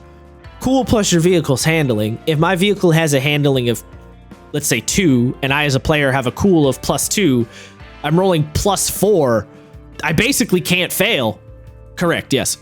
You basically can't fail in that scenario. Vehicles, if when the driver is in their vehicle, technically anyone can use a vehicle, but when the driver is in their vehicle, they are a golden god. This is kind of that. It's kind of that thing I'm always talking about with, the thing D&D always bugs me, where it's like you can make an ability really powerful if it doesn't come up as often, right? The driver is not going to always have access to their vehicle, but when they do have access to their vehicle, they're fucking sick. You know, so because they don't get it as often, you got to make it really awesome. As one example. Mm-hmm. And then you have shoulder another vehicle, which is just you fucking shoulder check them, you ram them. On a hit, you shoulder it aside, afflicting V harm, which is vehicle harm. On a 10 plus, you inflict V harm +1. On a miss, it shoulders you instead, inflicting V harm. V harm is just, it's like regular harm, but it is the attacking car's massive minus the defending car's handling stat. So you do this, you do the math on that. That's how much harm the vehicle takes. And then you roll the V harm move, which works basically same idea as the regular harm move for a person, except it's, you know, it's a car. So you have different possible options that can happen, such as spinning out or crashing. And I think that's the last Road War move. Yeah, it's the last Road War.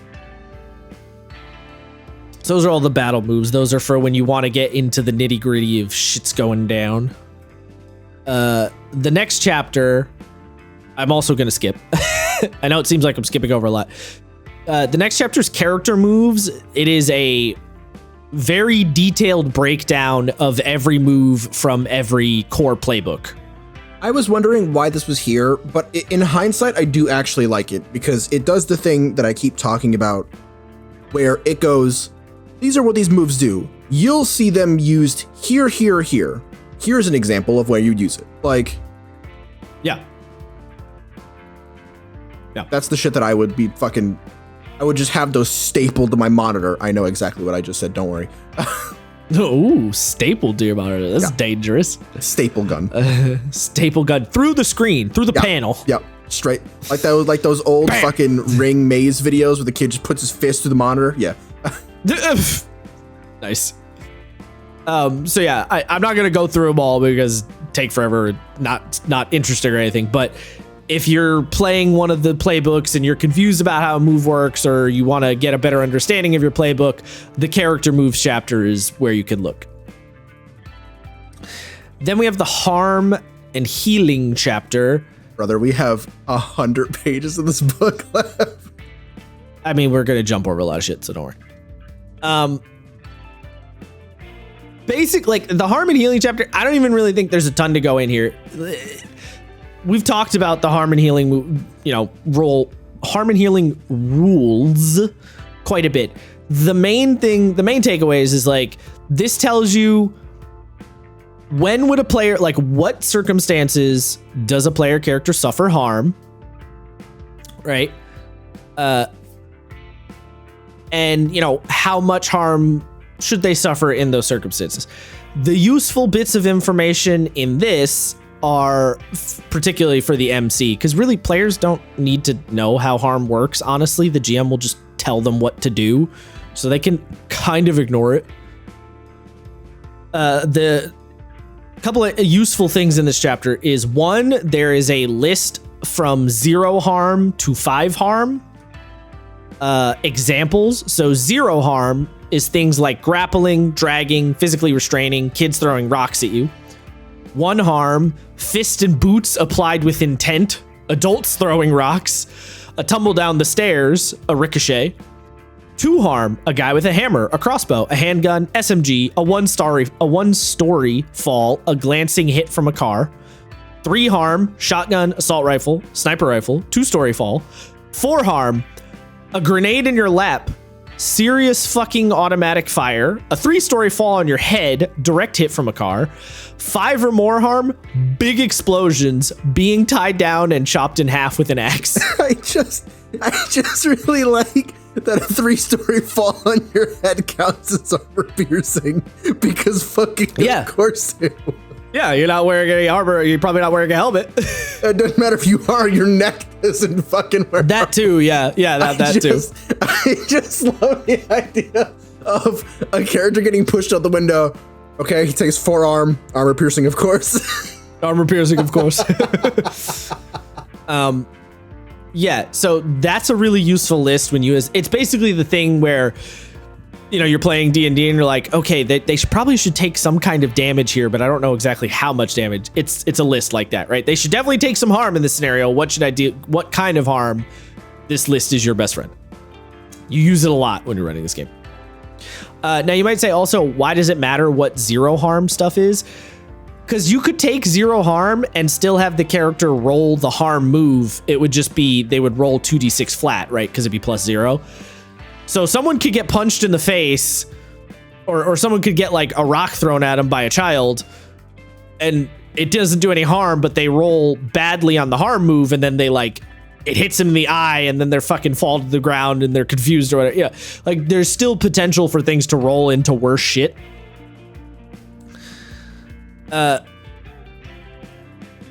it mentions a bit about, filling up your segments, and as we established, when the first 3 segments of your harm clock will heal by themselves. Once you get past that, you need medical attention.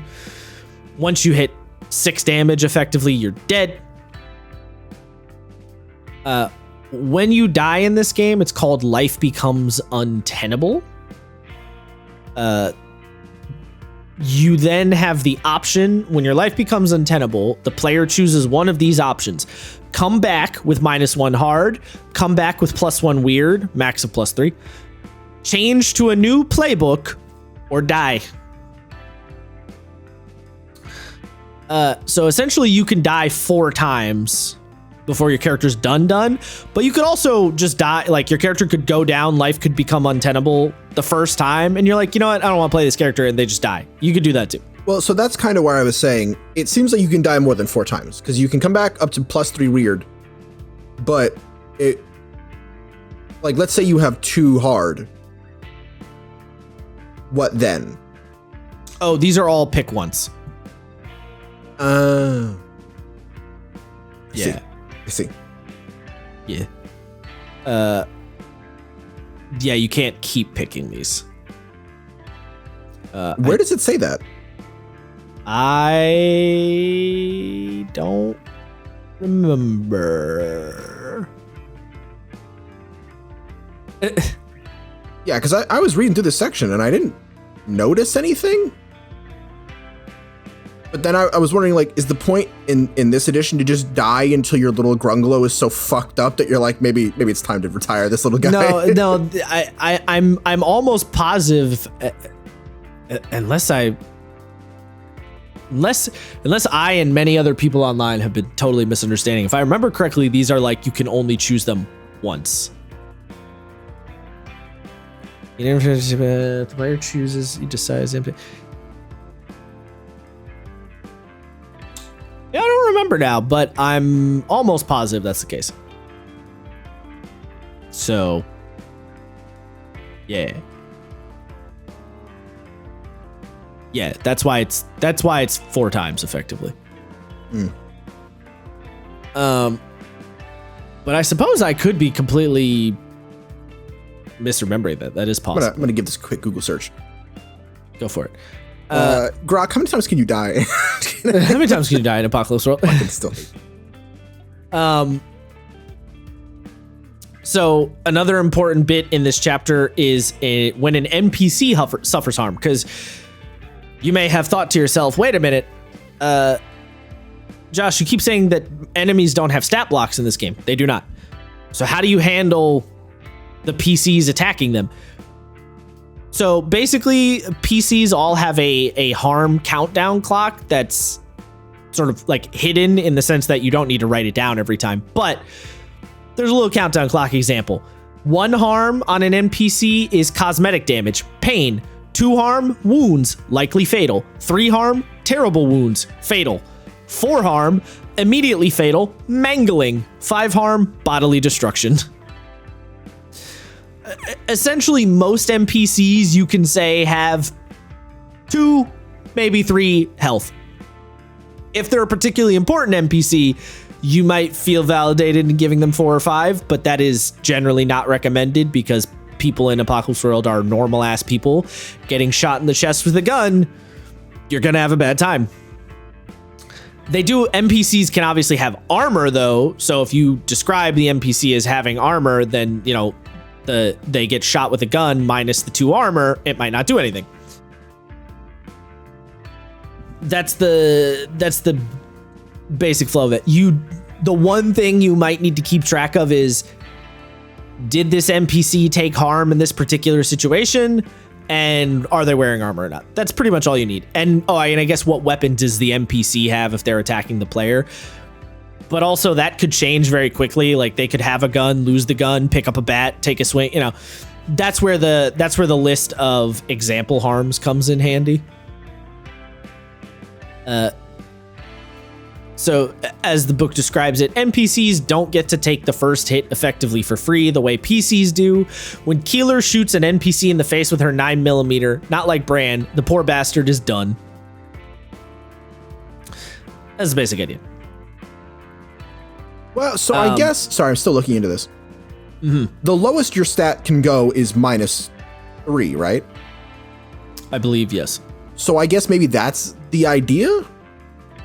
Right, because you can take the +1 weird several times to a max of +3. So I guess I don't think that's not what it's saying. I think it's saying if you already have weird +3 and you take that choice, your weird stat will not go up. Because you can already have your stat at +3 when you go down. Right. So if you choose that option, the stat will not go up, but your character's still alive. Because +3 is the max for any stat in this game, unless something explicitly says otherwise. Yeah, weird. Yeah, I'm looking around and I don't... Some people are like, yeah, you can die 4 times, you can die 5 times, you can just sort of die until you're tired of dying, and then you choose death. Interesting. Seem to be disagreements. Okay. But it's specifically the disagreements are coming from 2nd edition. So maybe it was different back in the Dizzy? Ooh, that's a great question. Was it slightly? I mean, I have the other PDF open. Let me see if I can very quickly find it. Because I don't actually remember. I think in 1st edition you did. I don't. Players choose to mark ability. She got stability, harm stuff. Oh yeah, that's right. First edition had debilities, but that wasn't for. That was for if you didn't want to go past 9. Gang. No. Vehicle suffers harm. I actually don't remember. I don't remember if there was a rule for once you max out. Huh.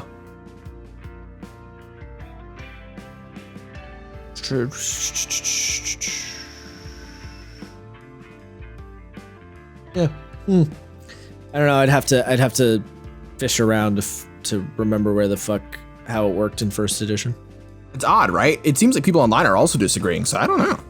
I was my understanding of the impression was you could die 4 times because each option you could only take once.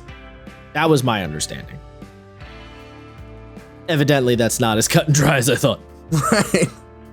Which is annoying. Anyway. That's the NPC and harm stuff. Then it mentions, so this is where it mentions the gang stuff. So gang sizes. So if you're basically, this game abstracts any kind of mass combat out. Basically, if you have a gang, like if you as a player roll up with your gang, you either have a small gang, a medium gang, or a large gang. For every increment of gang size, you deal 1 more damage and you take 1 less damage because there's just more of you than the other guys. And when you're using your gang as a weapon, which is to say, like, you're not involved, you don't take any harm, your gang does. So gang sizes, 10 to 25 is small, 25 to 50 is medium, 50 plus is large. Gangs inflict and suffer harm as established as usual. They inflict harm equal to their own harm rating minus their enemy's armor rating. And the harm, and the suffer, and, oh, that's a typo. And they suffer harm equal to their enemy's harm rating minus their own armor. However, if there's a size mismatch, the bigger gang inflicts +1 and gets +1 armor for each step in the size difference. Oh, I phrased it wrong. They technically get +1 armor. Same effect. So, and then it gives you a little countdown clock. 1 harm to a gang means a couple of injuries, some serious. 2 harm to a gang means many injuries, a couple of fatalities. 3 is serious injuries, definite fatalities. 4 is many fatalities, and 5 is widespread fatalities, few survivors. There is also, it talks about, will a gang hold together? If you have a strong leader present, they'll hold together up to 4 harm. If you have a weak leader or a leader who's absent, only up to 3. If the leader is both weak and absent, they'll hold together for 1 or 2 harm. If they have no leader, 1 harm and they're done. A PC gang leader can hold a gang together by imposing her will on it if she has a pack alpha, or by ordering it to hold discipline if she has leadership, those are 2 playbook moves. But otherwise, it follows these rules. If the PC is a member of a gang taking harm, how much harm the PC takes depend on her role in the gang. If she's the leader or prominent, or a prominent visible member, she suffers the same harm as the gang does. If she's just someone in the gang, or she's intentionally protecting herself from harm instead of fighting with the gang, they suffer 1 harm less. So yeah, basically, mass combat, super easy in this game. You just establish the 2 big gang chunks and then smash them into each other as necessary. And then, of course, also you can zoom in and out on the situation where, you describe the 2 gangs fighting, and then a player says, I'm going to break away from the battle and do a separate thing. And that's where you can kind of zoom the moves in and out, as we established before. Then we get to using a vehicle as a weapon, which was kind of talking about the V-harm stuff. You can run people over and shit, as you might expect. When you're hitting another vehicle, you do the whole V harm thing. A direct hit inflicts 3 harm plus it's massive minus the target vehicle's massive and armor. So you can just, T-bone someone. There's also some rules for running your vehicle into a building if you are so inclined. And then when a vehicle suffers harm, you get the same kind of little countdown clock. Vehicles essentially give you like a layer of armor. So 1 harm to a vehicle means 0 harm blows through the passengers. It's mostly cosmetic damage. 2 harm means functional damage on the vehicle. 1 harm can blow through to the passengers. 3 harm means, greater damage. 2 harm blows through. 4 harm to the vehicle means it's breaking down or barely functioning. It can be repaired in a garage, but not in the field. 3 harm blows through the passengers. 5 or more harm, the vehicle's toast. Full harm blows through to the passengers, plus they suffer additional harm if the vehicle explodes or crashes. So if you want to just take your SMG and try to pepper into a vehicle like a madman, you can. Probably won't go well, but you can. Then it reestablishes V harm. It's funny, I didn't realize how much this book does the same thing I was talking about with Fabula, where it reiterates a mechanic when it is relevant to the section that it's in. I caught that with the moves, how they were like, okay, we gave you some descriptions, now we're really gonna go into it. Fair point, yeah. Then you have some rules on buildings suffering harm. This works essentially the same as a vehicle, but the buildings can take a lot more harm. But it's the same kind of idea. They take a certain amount of harm, and some of that harm will blow through to the people in the building. As with vehicles, when a building suffers harm, there's 2 considerations: structural damage to the building and how much of the harm blows through. Harm to buildings and other structures is non-cumulative. Don't bother tracking a building's harm on a countdown.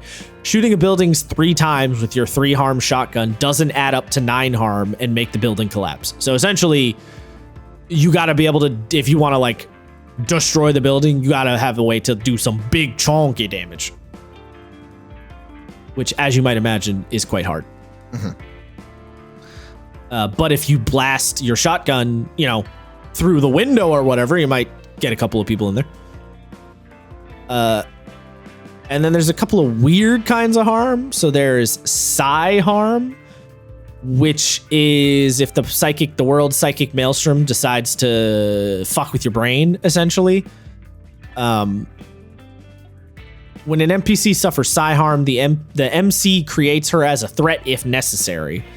Essentially, if an NPC takes psi harm, they just crack and turn into a mad, their sanity shatters, or they change into a different kind of person, or the psychic maelstrom has fucked with them and they are a danger. And that's anytime they take 1 harm from the maelstrom? So psi harm doesn't have a number attached to it. It's just harm. Oh, it's just a binary. It's basically a binary, yeah. So as it describes with the suffer psi harm move, it says when you suffer psi harm, roll plus psi harm suffered, typically roll +1, which is to say it's essentially always a 1, but because it's psi harm, it's going to fuck with you in a weird way. There's not a lot of ways to take psi harm. I think there are a couple of moves that can deal it on the playbooks, and obviously you as the MC could dish it out if they try to get in touch with the psychic maelstrom and fail. But it's not one that you're using a ton. And if an NPC is suffering psi harm, that's probably as a result of a threat countdown or something like that, like a countdown clock. Then you have S harm. This is basically you're being stunned. Disable the target without causing any regular harm. Use it on a PC, and doing anything at all means doing it under fire. The fire is you're stunned. And then you have D harm, which is deprivation. This is strictly for acute cases of deprivation. For scarcity and chronic deprivation, create that as an affliction threat instead.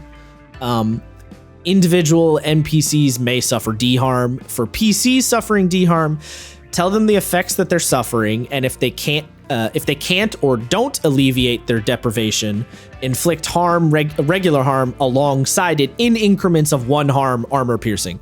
So if you're D-harm air, asphyxiation, warmth, hypothermia, cool, heat stroke, basically it's like environmental stuff. You can also be dehydrated, starving, or sleep deprived.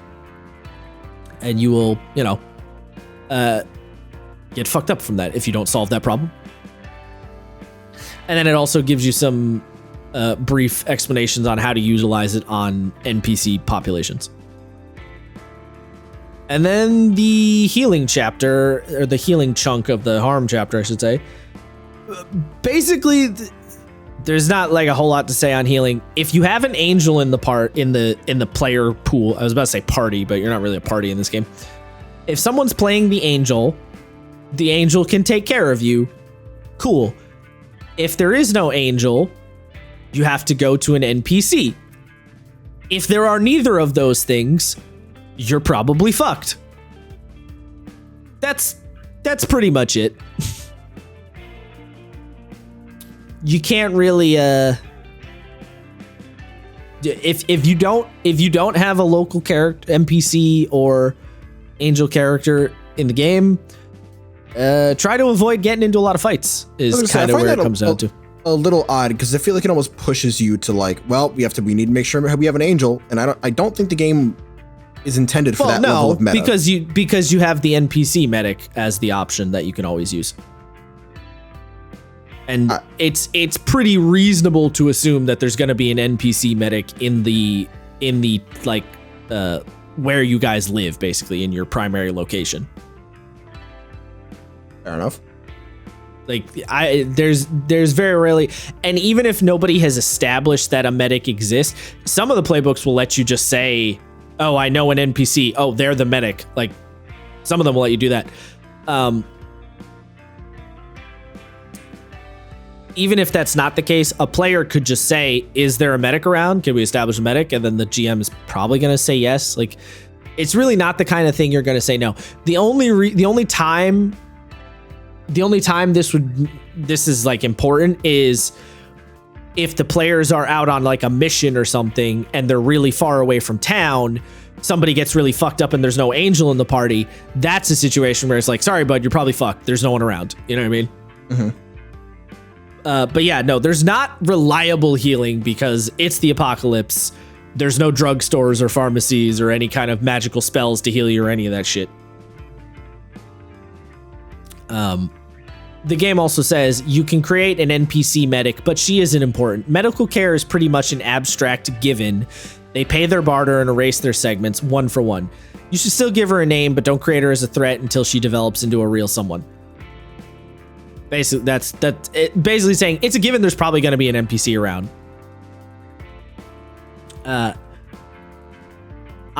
The one where it says she's nobody important, I don't particularly, I would always make the medic somebody important, but you can sort of avoid that if you want to.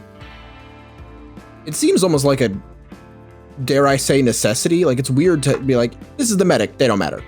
Like, Well, it says they don't matter, don't create them as a threat until she develops into a real someone, which is to say they don't matter initially, but if the players interact with the medic a lot, maybe they turn into a character who matters. You know what I mean?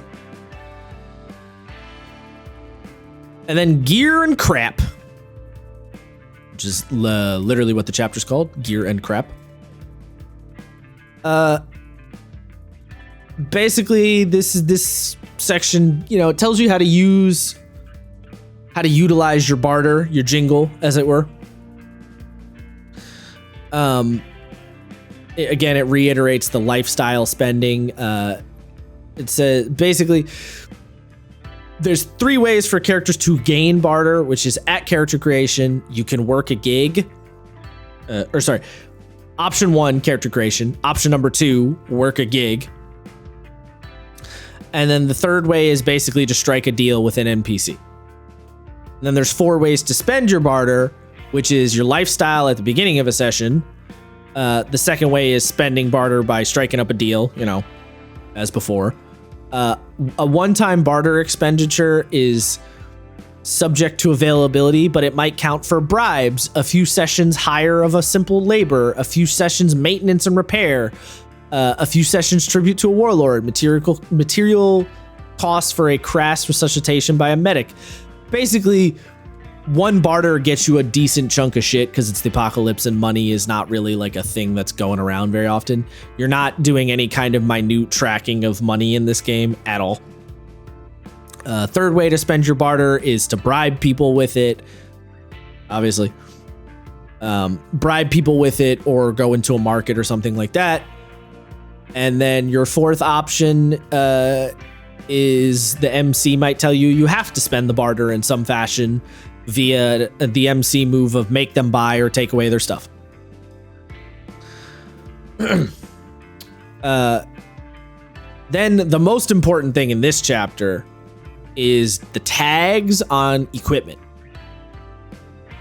So you don't have like super specific stat layouts. You don't have any kind of magic weapon stuff. Basically, a piece of equipment comes down to what harm does it deal? What are its tags? That's the main shit.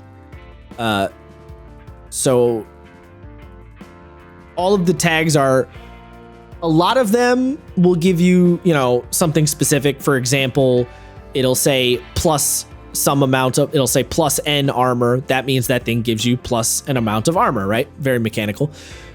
Some of them will be what the game calls constraints. So for example, ranges on equipment are a constraint.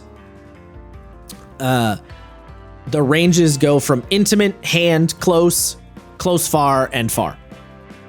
Basically, if the GM tells you that somebody is far from you and you have a weapon that has a range of hand, you got to go get to that person before you can use your weapon on them. Then you have the obvious ones like N armor or N plus armor, N being just a variable letter placeholder for a number. Those give you those reduce incoming armor or add to your existing armor. Then you have N harm, N plus harm. Then you have plus bonuses, which is like, it might be a bonus to a stat, +1 hot forward, +1 sharp when eyesight matters, something like that. Goggles, for example, would give you like a +1 sharp roll. A choice, a +1 choice, which is, you can choose from a move, allows the player to choose one more option from the move than her roll would normally give her. Alive, which is to say the gear is a living thing. AP means it ignores armor. AV means it is an anti-vehicle weapon. I believe anti-vehicle weapons just straight up ignore the vehicle's armor, if I remember correctly. Applied means like it takes a little bit of intimate time. So like a poisonous ointment or something like that would have to be applied. You need to like tie the person down and rub them down with the ointment or something, or you need to trick them into letting you do it. The area tag, this is one that I think stresses a lot of GMs out. The area tag, basically the targets of the thing are subject to an area, not a singular person. It fully affects everyone and everything there, which is to say like a grenade launcher would have the area tag. And I know some people who have run other games will probably hear a rule like that and be like, but how many people? Like, how do I decide? And the basic answer is just follow the fiction. If there's 3 guys in front of the player and then 3 more guys on the roof and they shoot the grenade, it's not going to hit all 6. It's going to hit the 3 guys in front of them. That kind of thing. Auto fire is basically the same. The gun has an auto fire option. Again, fictionally. A lot of these are fictionally relevant things that will change the moment. Braced is like firing a gun, like a sniper rifle braced up. Close, close, far. Emplaced is like a mounted thing. Far in hand, those are ranges. High tech it's high tech, which could matter for a multitude of reasons. Implanted, it's under your skin in some way. It's implanted in your brain. infinite. Throw one away, the character has another one, and another, and another. She has as many as she needs. This is, infinite throwing knives, for example. I thought that was I thought that was really interesting to have a tag for that specifically. Yeah, it's literally like, I don't give a shit. They always have it. And then from infinite we have intimate, which is to say, again, you need to be real close to the person. You need to be able to kiss them or grapple them. Loud. It's loud. Messy. It's loud. Also, like we were talking about before, if you hit someone with a messy weapon, it's going to do some major damage. It's making a mess. It's ripping things apart. It's causing pain. If somebody gets shot with a shotgun, you as the GM, because the shotgun has the messy tag, you as the GM can say, you lose your arm. That's within your rights. That's part of the weapon. Refill just means they need to, a mortar shell, for example, you have to refill after every shot, that kind of a thing. You also have reload. This is kind of a fictional one where it's like, if they have a gun, they need to reload, right? The game doesn't track ammo, but you might say if they rolled a 7 to 9 on a seize by force, they shoot somebody or whatever, they kill the person, they now need to reload. That's like the 7 to 9 successes. Like, you got what you wanted, but now you got to reload. Somebody else jumps you while you're reloading or something like that. Remote, which is, it's a remote control something. S-harm, that's like a stunning situation. Slow, it has to be reloaded, and furthermore, the character has to take a specific action to load or ready it the first time before using it. So again, the kind of gun you have to like brace up or set up or attach to something. Tag is to say the character has to touch her target to use it, but only an instant of time. So it's not the same as intimate. You don't need to like hold it there, but you need to like slap someone with it. Valuable means it's a valuable item. Fictionally, it's worth 1 more barter. And worn, you have to be wearing it in some capacity. That is all the weapon tags, or all the gear tags, not just weapons. As you can hear, there's quite a few of them. Yes, there's quite a few. I have small issue with the revolvers in this game. Why do the revolvers have the reload tag? What the fuck does... What? Because it takes time to reload every shot. Whether it's a revolver. There's 6 shots in the cylinder. Does the game assume that you're just fanning the hammer with every shot? Oh, no. You misunderstand. The reload doesn't mean every shot I have to reload it. Reload it means if I run out of ammo, I have to take some time to reload it. So revolver has the reload tag because when you run out, you then have to reach into your pocket and pull out 6 bullets and individually load each bullet. So it takes time to reload as opposed to a mag, which you just slap into the gun. That's why it has the reload tag. Yeah, it doesn't mean every shot. It's not that every single shot you have to reload. The reload tag is like, oh, player, you missed your roll. Now I'm going to punish you with a reload or something like that. I see. Yeah. There's some common weapons and some common firearms listed out. Several of the playbooks also get specialty weapons or custom weapons and stuff like that, or weapons that are specifically only for their playbook. Like the Brainer has a couple of like Brainer gear, which is stuff that only they get access to. It also mentions a little bit about armor. Basically, you either have 1 armor, 2 armor, or that's it. Like, armor doesn't really go beyond 2. It mentions a couple of distinctive weapons, which are, say, weapons that look a little fancier, such as scalpels or ornate daggers or ornate swords. Firearms that give you pause, which is to say big fuck off firearms. Assault rifle, grenade launcher, grenade tube, machine gun, Or not necessarily, I say big, but also silenced 9mm is on there because silenced. So yeah, I mean, if you get clipped and you don't know where it's coming from, you're like, oh. Yeah. And then some large scale weapons like a 50 cal, a sniper, RPG, anti-tank missile, so on and so forth. And then it mentions specialty gear, which is basically specialty gear is stuff you're only going to get from your playbook. You can't normally take it from. You can't just normally take it as is, although the GM might let you, of course. And then it lists out your vehicles, some sample vehicles, bikes, and some cars and stuff. Battle vehicles, which is, as opposed to just a big car, it's a big car with a minigun or whatever, or spikes on it. It's your war rig, quite literally. There's a whole bunch of crap on different. There's quite a lot of if you want to get into if you want to play the car guide, this game's great for you.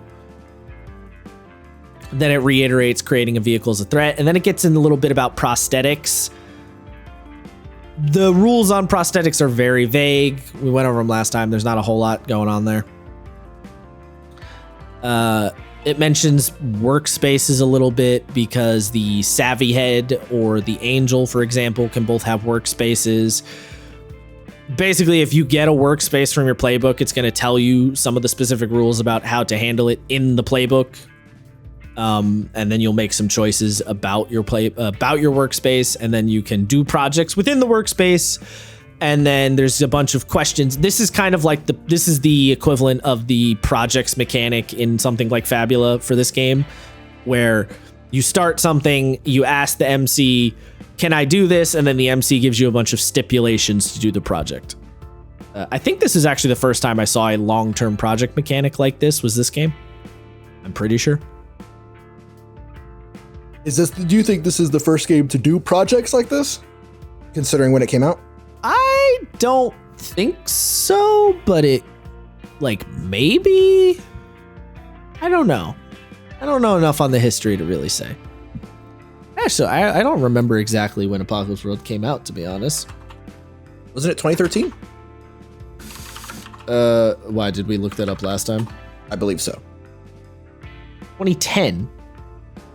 It very well could be then. I don't know. Not sure.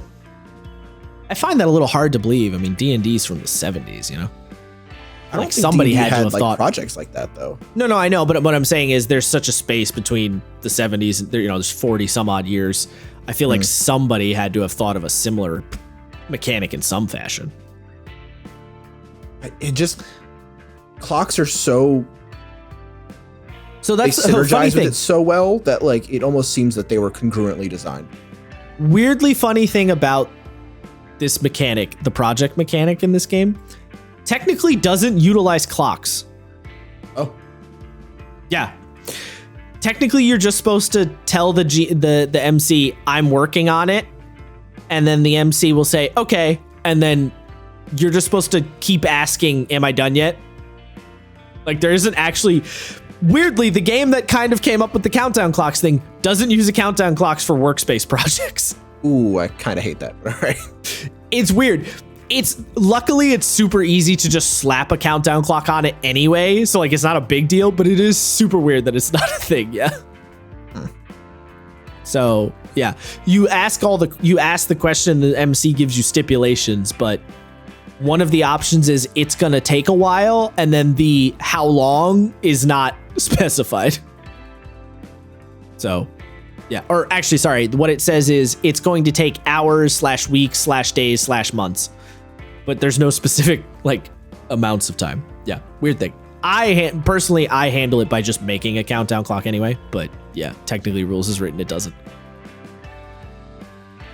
And then the last little bit in gang stuff, it gives you rules. It gives you the tags because gangs get their own tags.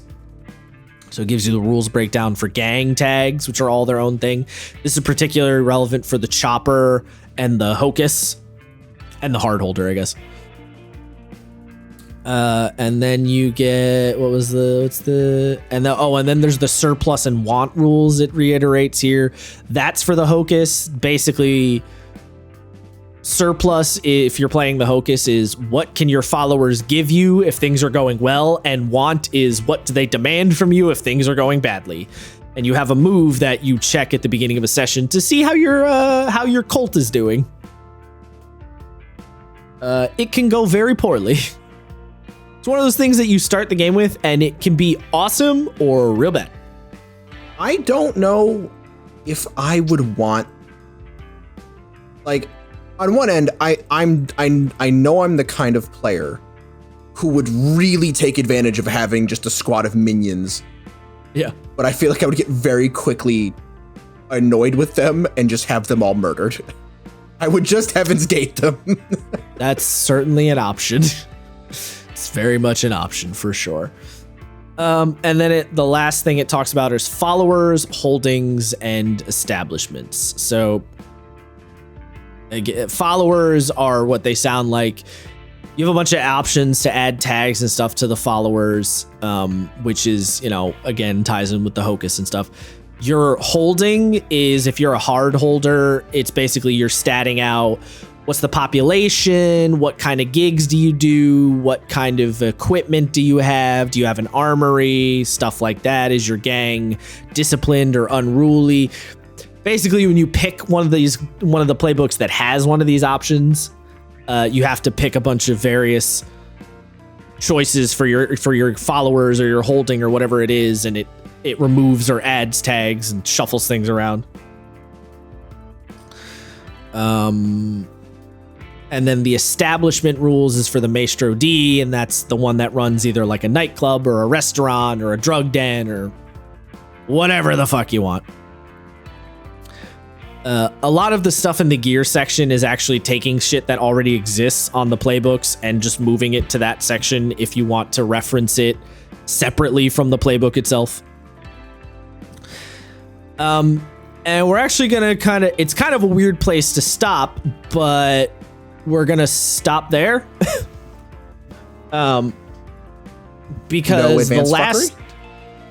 Well, so yeah, I mean, I will very briefly mention. So the last two chapters are improvement, which just improvement is the phrase that this game uses for leveling up. I've already explained how the improvement stuff works. You get the necessary XP, you get an improvement, you pick a new option from your playbook. It's very easy to level up in this game. There's not much to say. Boom, bang, boom. So I don't feel the need to spend any time on improvement. It does give you some advice on some of the improvement options that are a little more complicated, such as retiring your character or playing two characters, because every playbook has an option to create a second character. So, that's fun. That's definitely the first time I've ever seen that be recommended in a role-playing game. Yes, typically that's avoided like the fucking plague. Like the plague. Yeah. It used to be more of a thing back in old school D&D days where characters were kind of simple and you were expected to have like a bigger party. You'd sometimes play multiple characters, like first, second edition times I'm talking. Well, yeah, I mean, I guess because there's the idea of role play is just lessened there. The idea is that you're just kind of using them.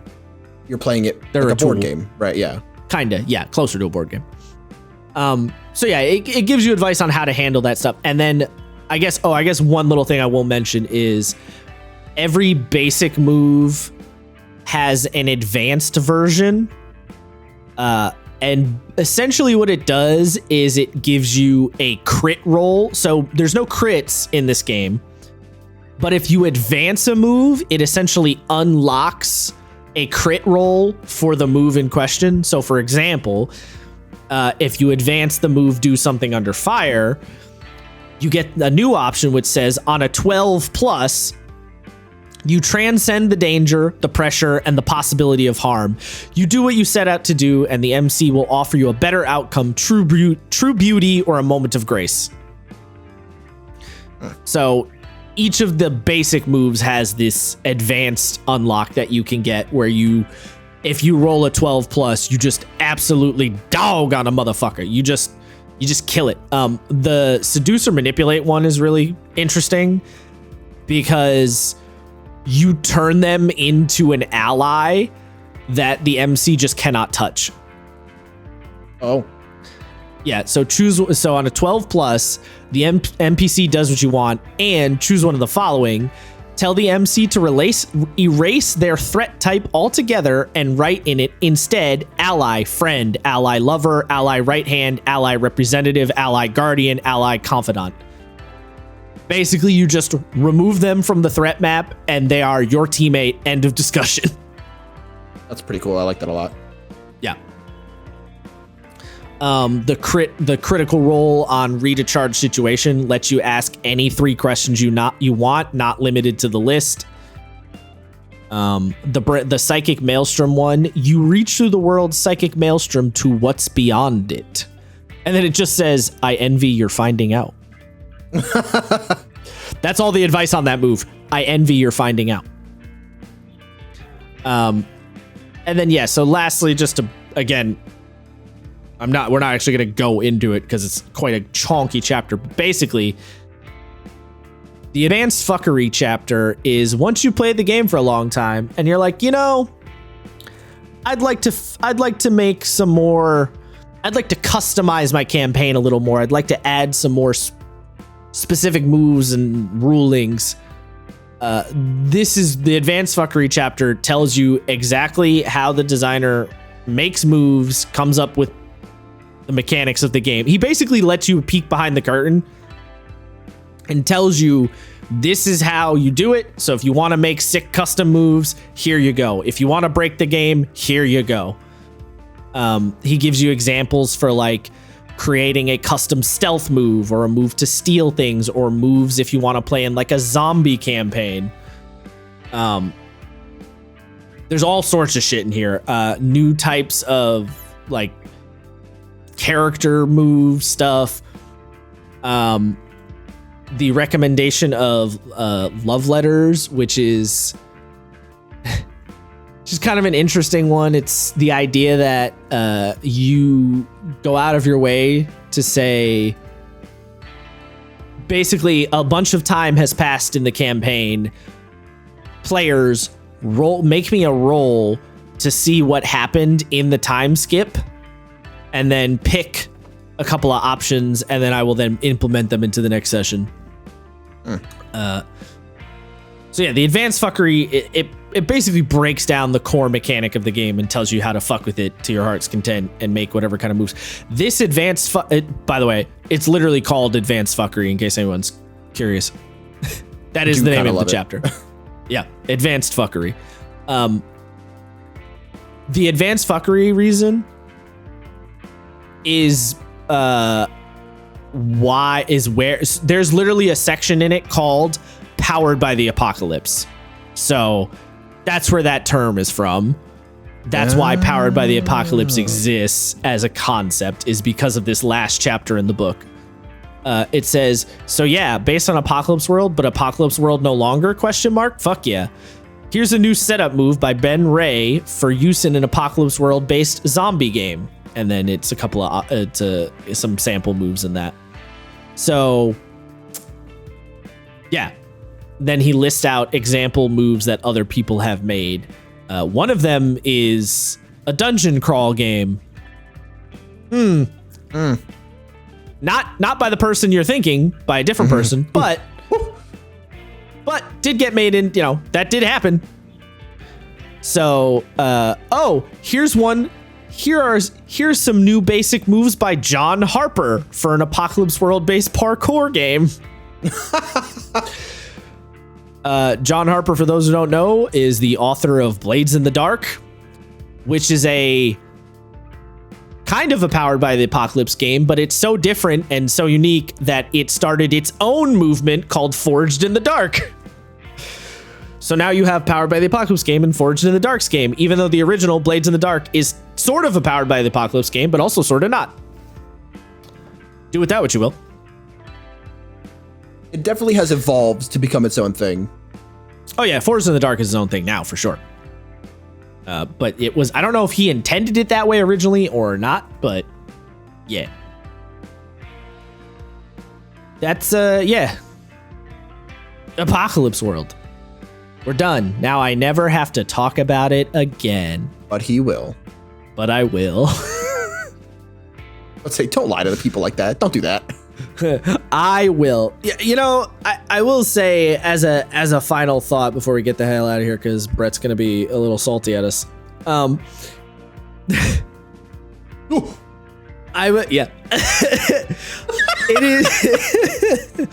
It is kind of funny because I will sometimes see people say, I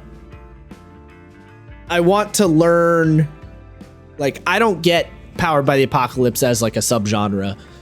I want to try and understand it. Which game should I play to understand it? And the answer, I think, is still Apocalypse World itself. Like, I think it is still the best game in the subgenre, which is a little crazy because usually the way these sorts of things go is, you know, the second or third iteration of an idea ends up taking the first version and making it the best because they can kind of see where the first version kind of fucked up or whatever, right? And then improve upon it. I think Apocalypse World might still be the best PBTA game there is. Which I know is like firm statement, but I mean, yeah. Here's the thing, right? I've looked at quite a good chunk of them. Yeah, well, I was gonna say that doesn't surprise me because what it did shifted things so much, so dramatically, yeah. And it's still like, still there's has a reason its influences why it everywhere. is still the blueprint, right? Because it Yes. literally created the blueprint. No one had to reverse engineer the blueprint off of it. It came with one. Yeah. Which I think is kind of worth its weight in gold.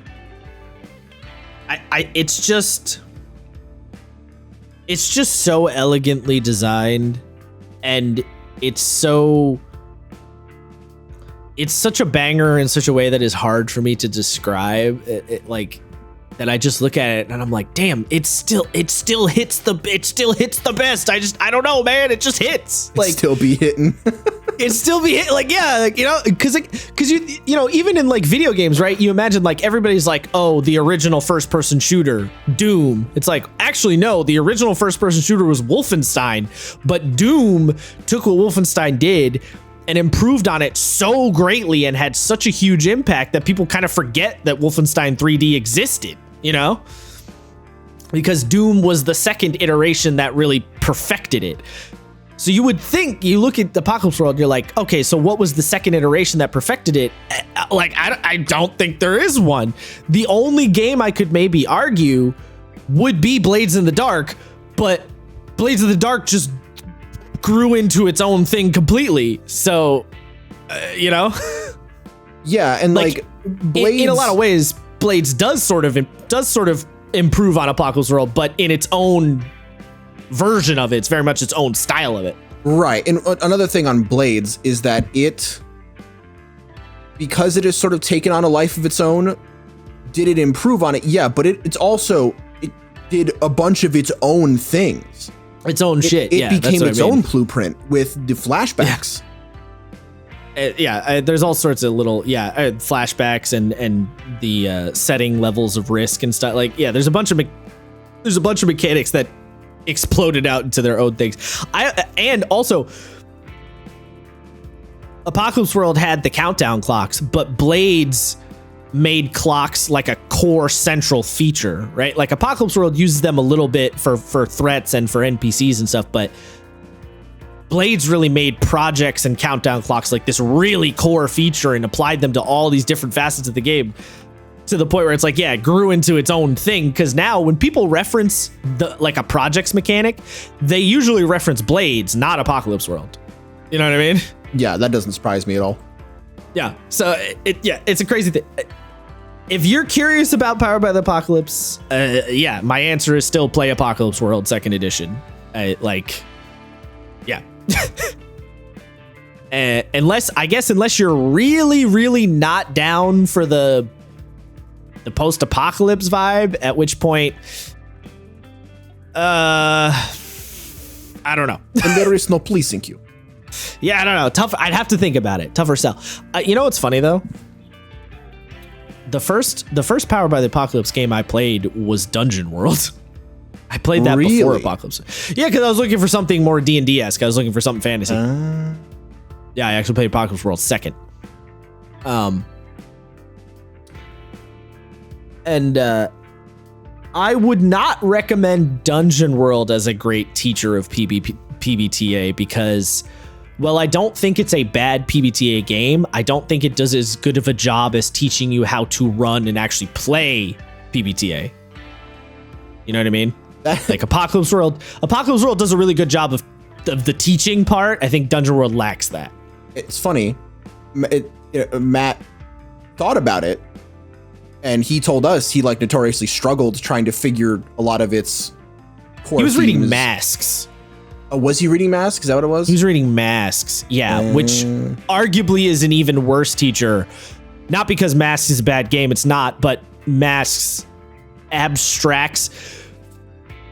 Masks is kind of a weird game to learn from because it's like a third or fourth generation PBTA game. So it is abstracted so far away from the original that it can be a little tricky to fully understand it if you're not familiar, you know? Gotcha. And if you're coming at it a little too D&D pilled, which let's be honest, Matt is, it can be hard to break Masks apart. I can't wait for him It's to walk true. into this. Look, Matt is a little, he's very D&D pilled, so he's looking at everything through the frame of D&D, and looking at Dungeon World or Masks or something like that through the frame of D&D, kind of hard because it really doesn't map to it very well. I love every time we like call Matt out on something, he'll just come into one of our voice chats and be like, "Fuck you guys." We'll just know. I'm not even saying it is a bad thing. I'm just saying it's a thing, you know? No, I mean, he's very D&D brain for sure. Nah, Yeah. Sorry, but I can't really help you out here. Yeah. I mean, listen, we were talking about when we were playing Fabula, how the D&D brain was fucking us up playing Fabula, you know? So True. It's a thing. Anyway, I could go on about the philosophy and the game design stuff behind maybe that should be a separate episode, just the philosophical standpoint behind Apocalypse World. That would be an interesting one for sure. Yeah, because I could go on and on and on. But anyway, let's be done because we've run long. Because and Brett is going to fucking kill us. Yeah, Brett's gonna drop fucking tactical nukes on our houses. I think This my has favorite been us. Brett threat is still, I'm gonna turn. What is it? Turn you into a dipod or whatever? I'm gonna turn you from a tripod into a bipod. Bipod, yeah. that was such a loaded threat. Yeah. This has been us. If you enjoyed our ramblings, you can follow us on the social medias in the description. Bang, boom, bang. And go play Apocalypse World. Yeah. Giggity, giggity. Jesus.